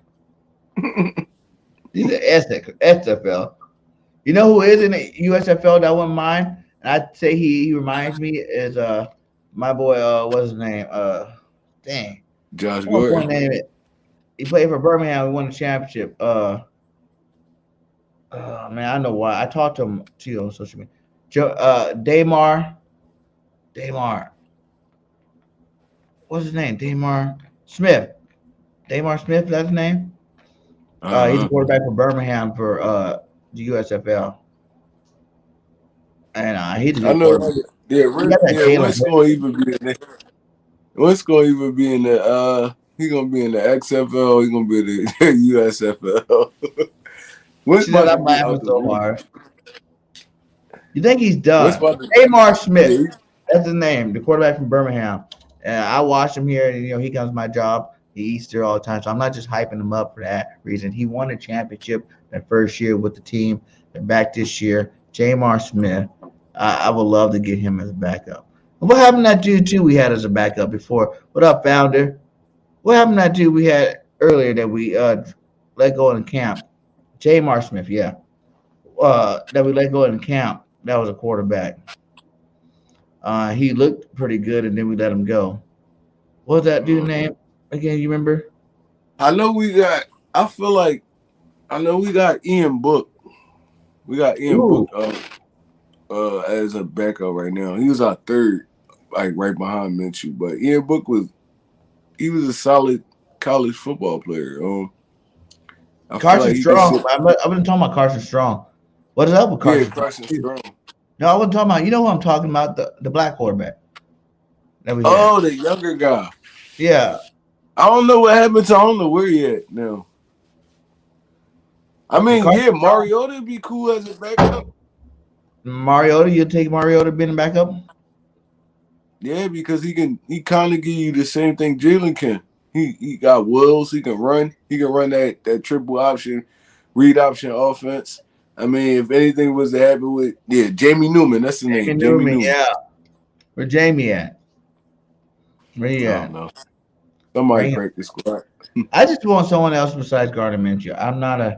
I've never been a I Minshew wouldn't fan. be opposed to bringing Mariota in. Yeah, I like Darian Thompson Robinson from Who is that? UCLA.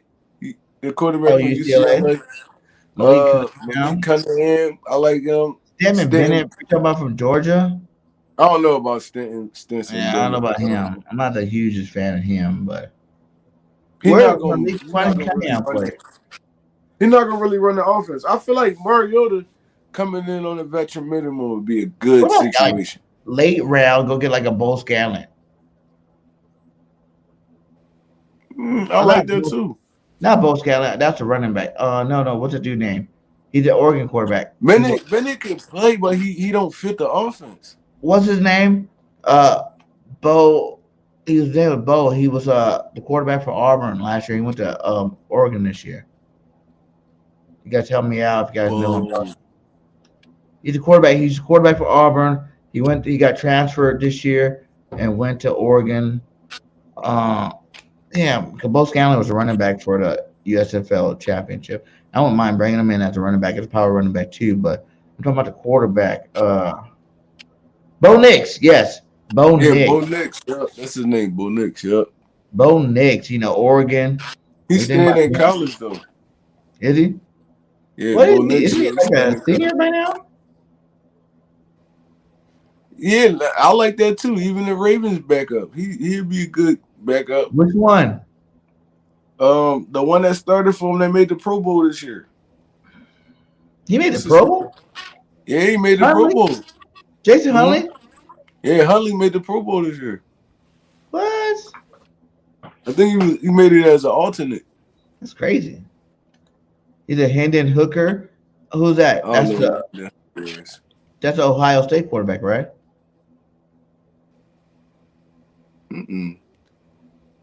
Yeah, I think it is Ohio. Their starting quarterback is What was his name? He's like a top 2 pick in the draft right now. Oh no, Tennessee. Yeah, he's from Tennessee. Yeah, Tennessee quarterback Hooker. He Matt, he injured though. he said he was an alternate. He actually came in second in quarterback skills competition. Oh, you He's talking about Malik Hooker? No, he ain't future over there in Tennessee. They're not trading him. Hendon from Tennessee. Hooker's from Tennessee. Bo Nix said he has a torn ACL. Ooh, that's not good. Mm-hmm. That's never good. You can't have a torn ACL. Minshew definitely got to go. He said that TCU quarterback seems like a solid backup if the Eagles can get him late. Who's the quarterback for TCU? I I can't don't know. remember his name right now. Yeah, I can't Is remember. that dude from USC? No, he's staying for one more year. Caleb Wilson. He's staying one more year, I think. I don't think he's coming out this year. So what's the quarterback from Tennessee name? The one that came from Liberty. What's his? Damn. Malik Willis. Willis, yeah. Malik Willis. That's his name. It sounds like they're already ready to move on from him too. Malik Willis? Yeah, I think they're ready to move on from Tannehill. because he only played 1 year this year, and they're already thinking about drafting another quarterback. Tennessee quarterback. You talking about college Tennessee? Because the Tennessee quarterback from college, he tore his ACL like mid-season, so he might not even be ready by the time the season starts. He said the Eagles need I to can't draft remember his name right now. Jahmyr Gibbs. Yeah, Gibbs is good, man. But I see that being if you go cornerback or defense or something. You know, what about that guy Carter? Is that guy that got arrested right now? Who's a top 10 pick? He's gonna be dropped down. How far do you think he's gonna drop down with this charge? I mean, somebody if he was projected to be the number 1 overall, he's not gonna drop too far. Somebody gonna take a chance at him. Then he drops to Top 50? Top 15. Top 15? Yeah. I think he stays in that 1 to 7 range. Still? To be honest, it's like, yeah, I feel like he stays in that 1 to 7 range, depending on like the charges and stuff, because the draft ain't until like a couple months, right?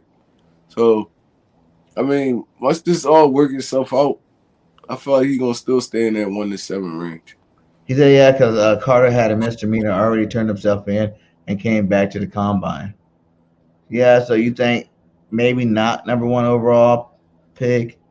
I still think you stay in that 1 to 7 range. It's gonna vary anywhere from 2 to probably 7. He's not gonna drop that far because it was just a misdemeanor. It's like he turned himself in and all that. I feel like all that's gonna work itself out. I feel like the talent gonna override all that. No matter how high you think they are, give me your top 3 draft picks you know of right now. Like for me, obviously Robinson. What's that dude from Alabama too? The Bryce Young? Anderson Jr. Oh, you talking about the pass rusher? Yeah, Anderson Jr. Mm-hmm. And then Carter would probably be my top 3 guys. Like I want to get one of those guys at the top 10 pick. Nah, I agree. You put Gonzalez in there too. You don't put Gonzalez in there? Yeah. I agree with your list that you just said. All those 3 dudes, I feel like they're gonna be top 5-ish at least. So if Carter drops to 10, Eagles gotta take him. If he falls out of top 8, I'll move. If he falls to top 8, he'll move up and get him. Dang. He says Carter, Anderson, Bryce Young. Yeah, Carter Anderson, that's the pass rusher, right? No, both of those passes Carter and then Anderson. I don't want.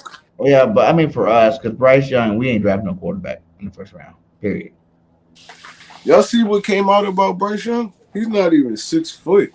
Bryce Young like 5'10". Oh, he's not. Yeah, he's only like 5'10". He's shorter. People gonna He got that Patty Mahomes effect too, though. Like he makes plays out of his butt.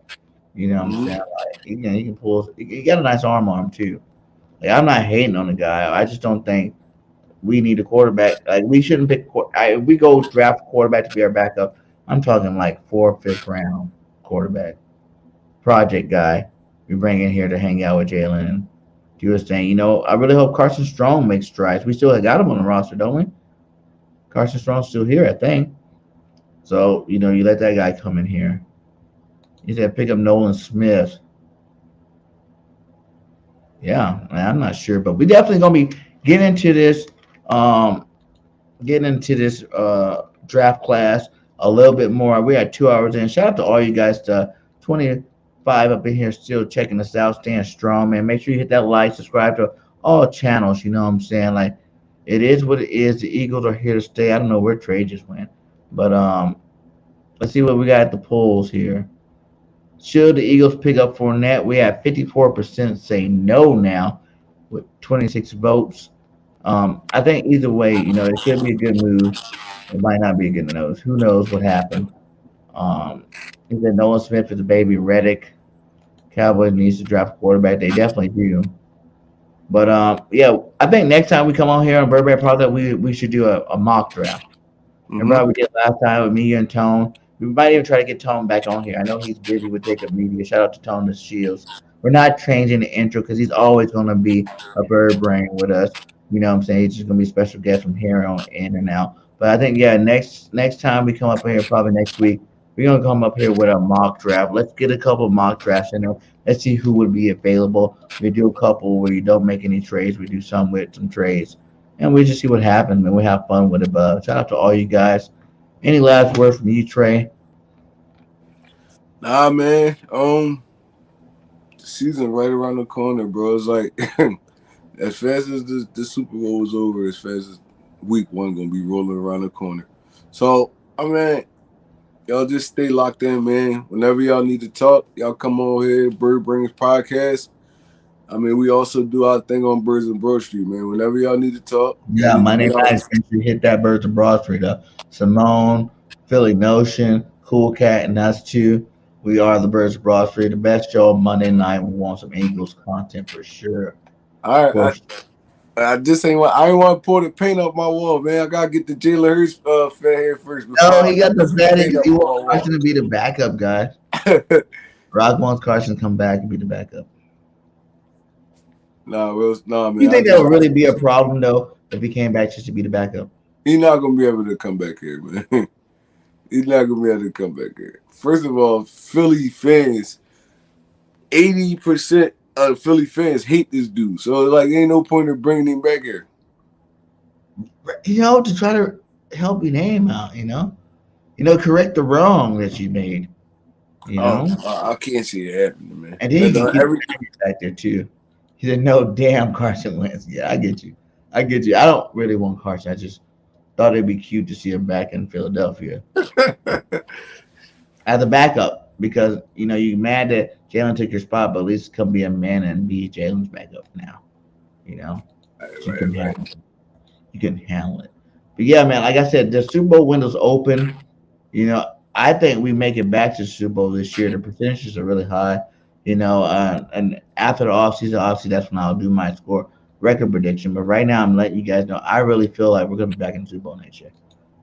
This NFC is wide open. I think it's gonna be the first time in years that we have back-to-back, NFC championships for the Eagles.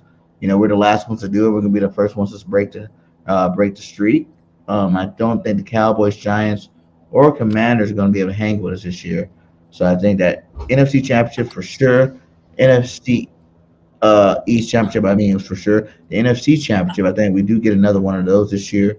And, the sky's the limit on the Super Bowl, man. Like, I would want to see it running back again. Let's go to a field that wasn't overly saturated, overwatered for the week before the Super Bowl where our star players couldn't even get grip.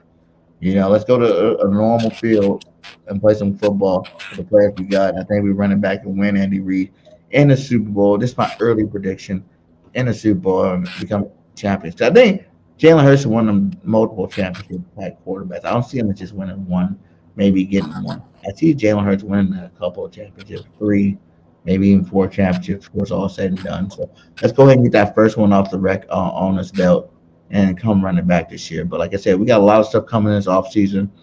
Stay locked in. Subscribe to the network. Subscribe to us. Fly Eagles fly. Go Birds. Whatever you like to say. He said Winston was gonna die at the link. Yeah, he almost got killed out there. He almost got killed out there. But that's why he took his beating. We beat up on him. Let him come back and play some backup. I don't know. That's just me. But hey, thank you guys for tuning in. And until next time, this is the Bird Brain Podcast. We out. Peace.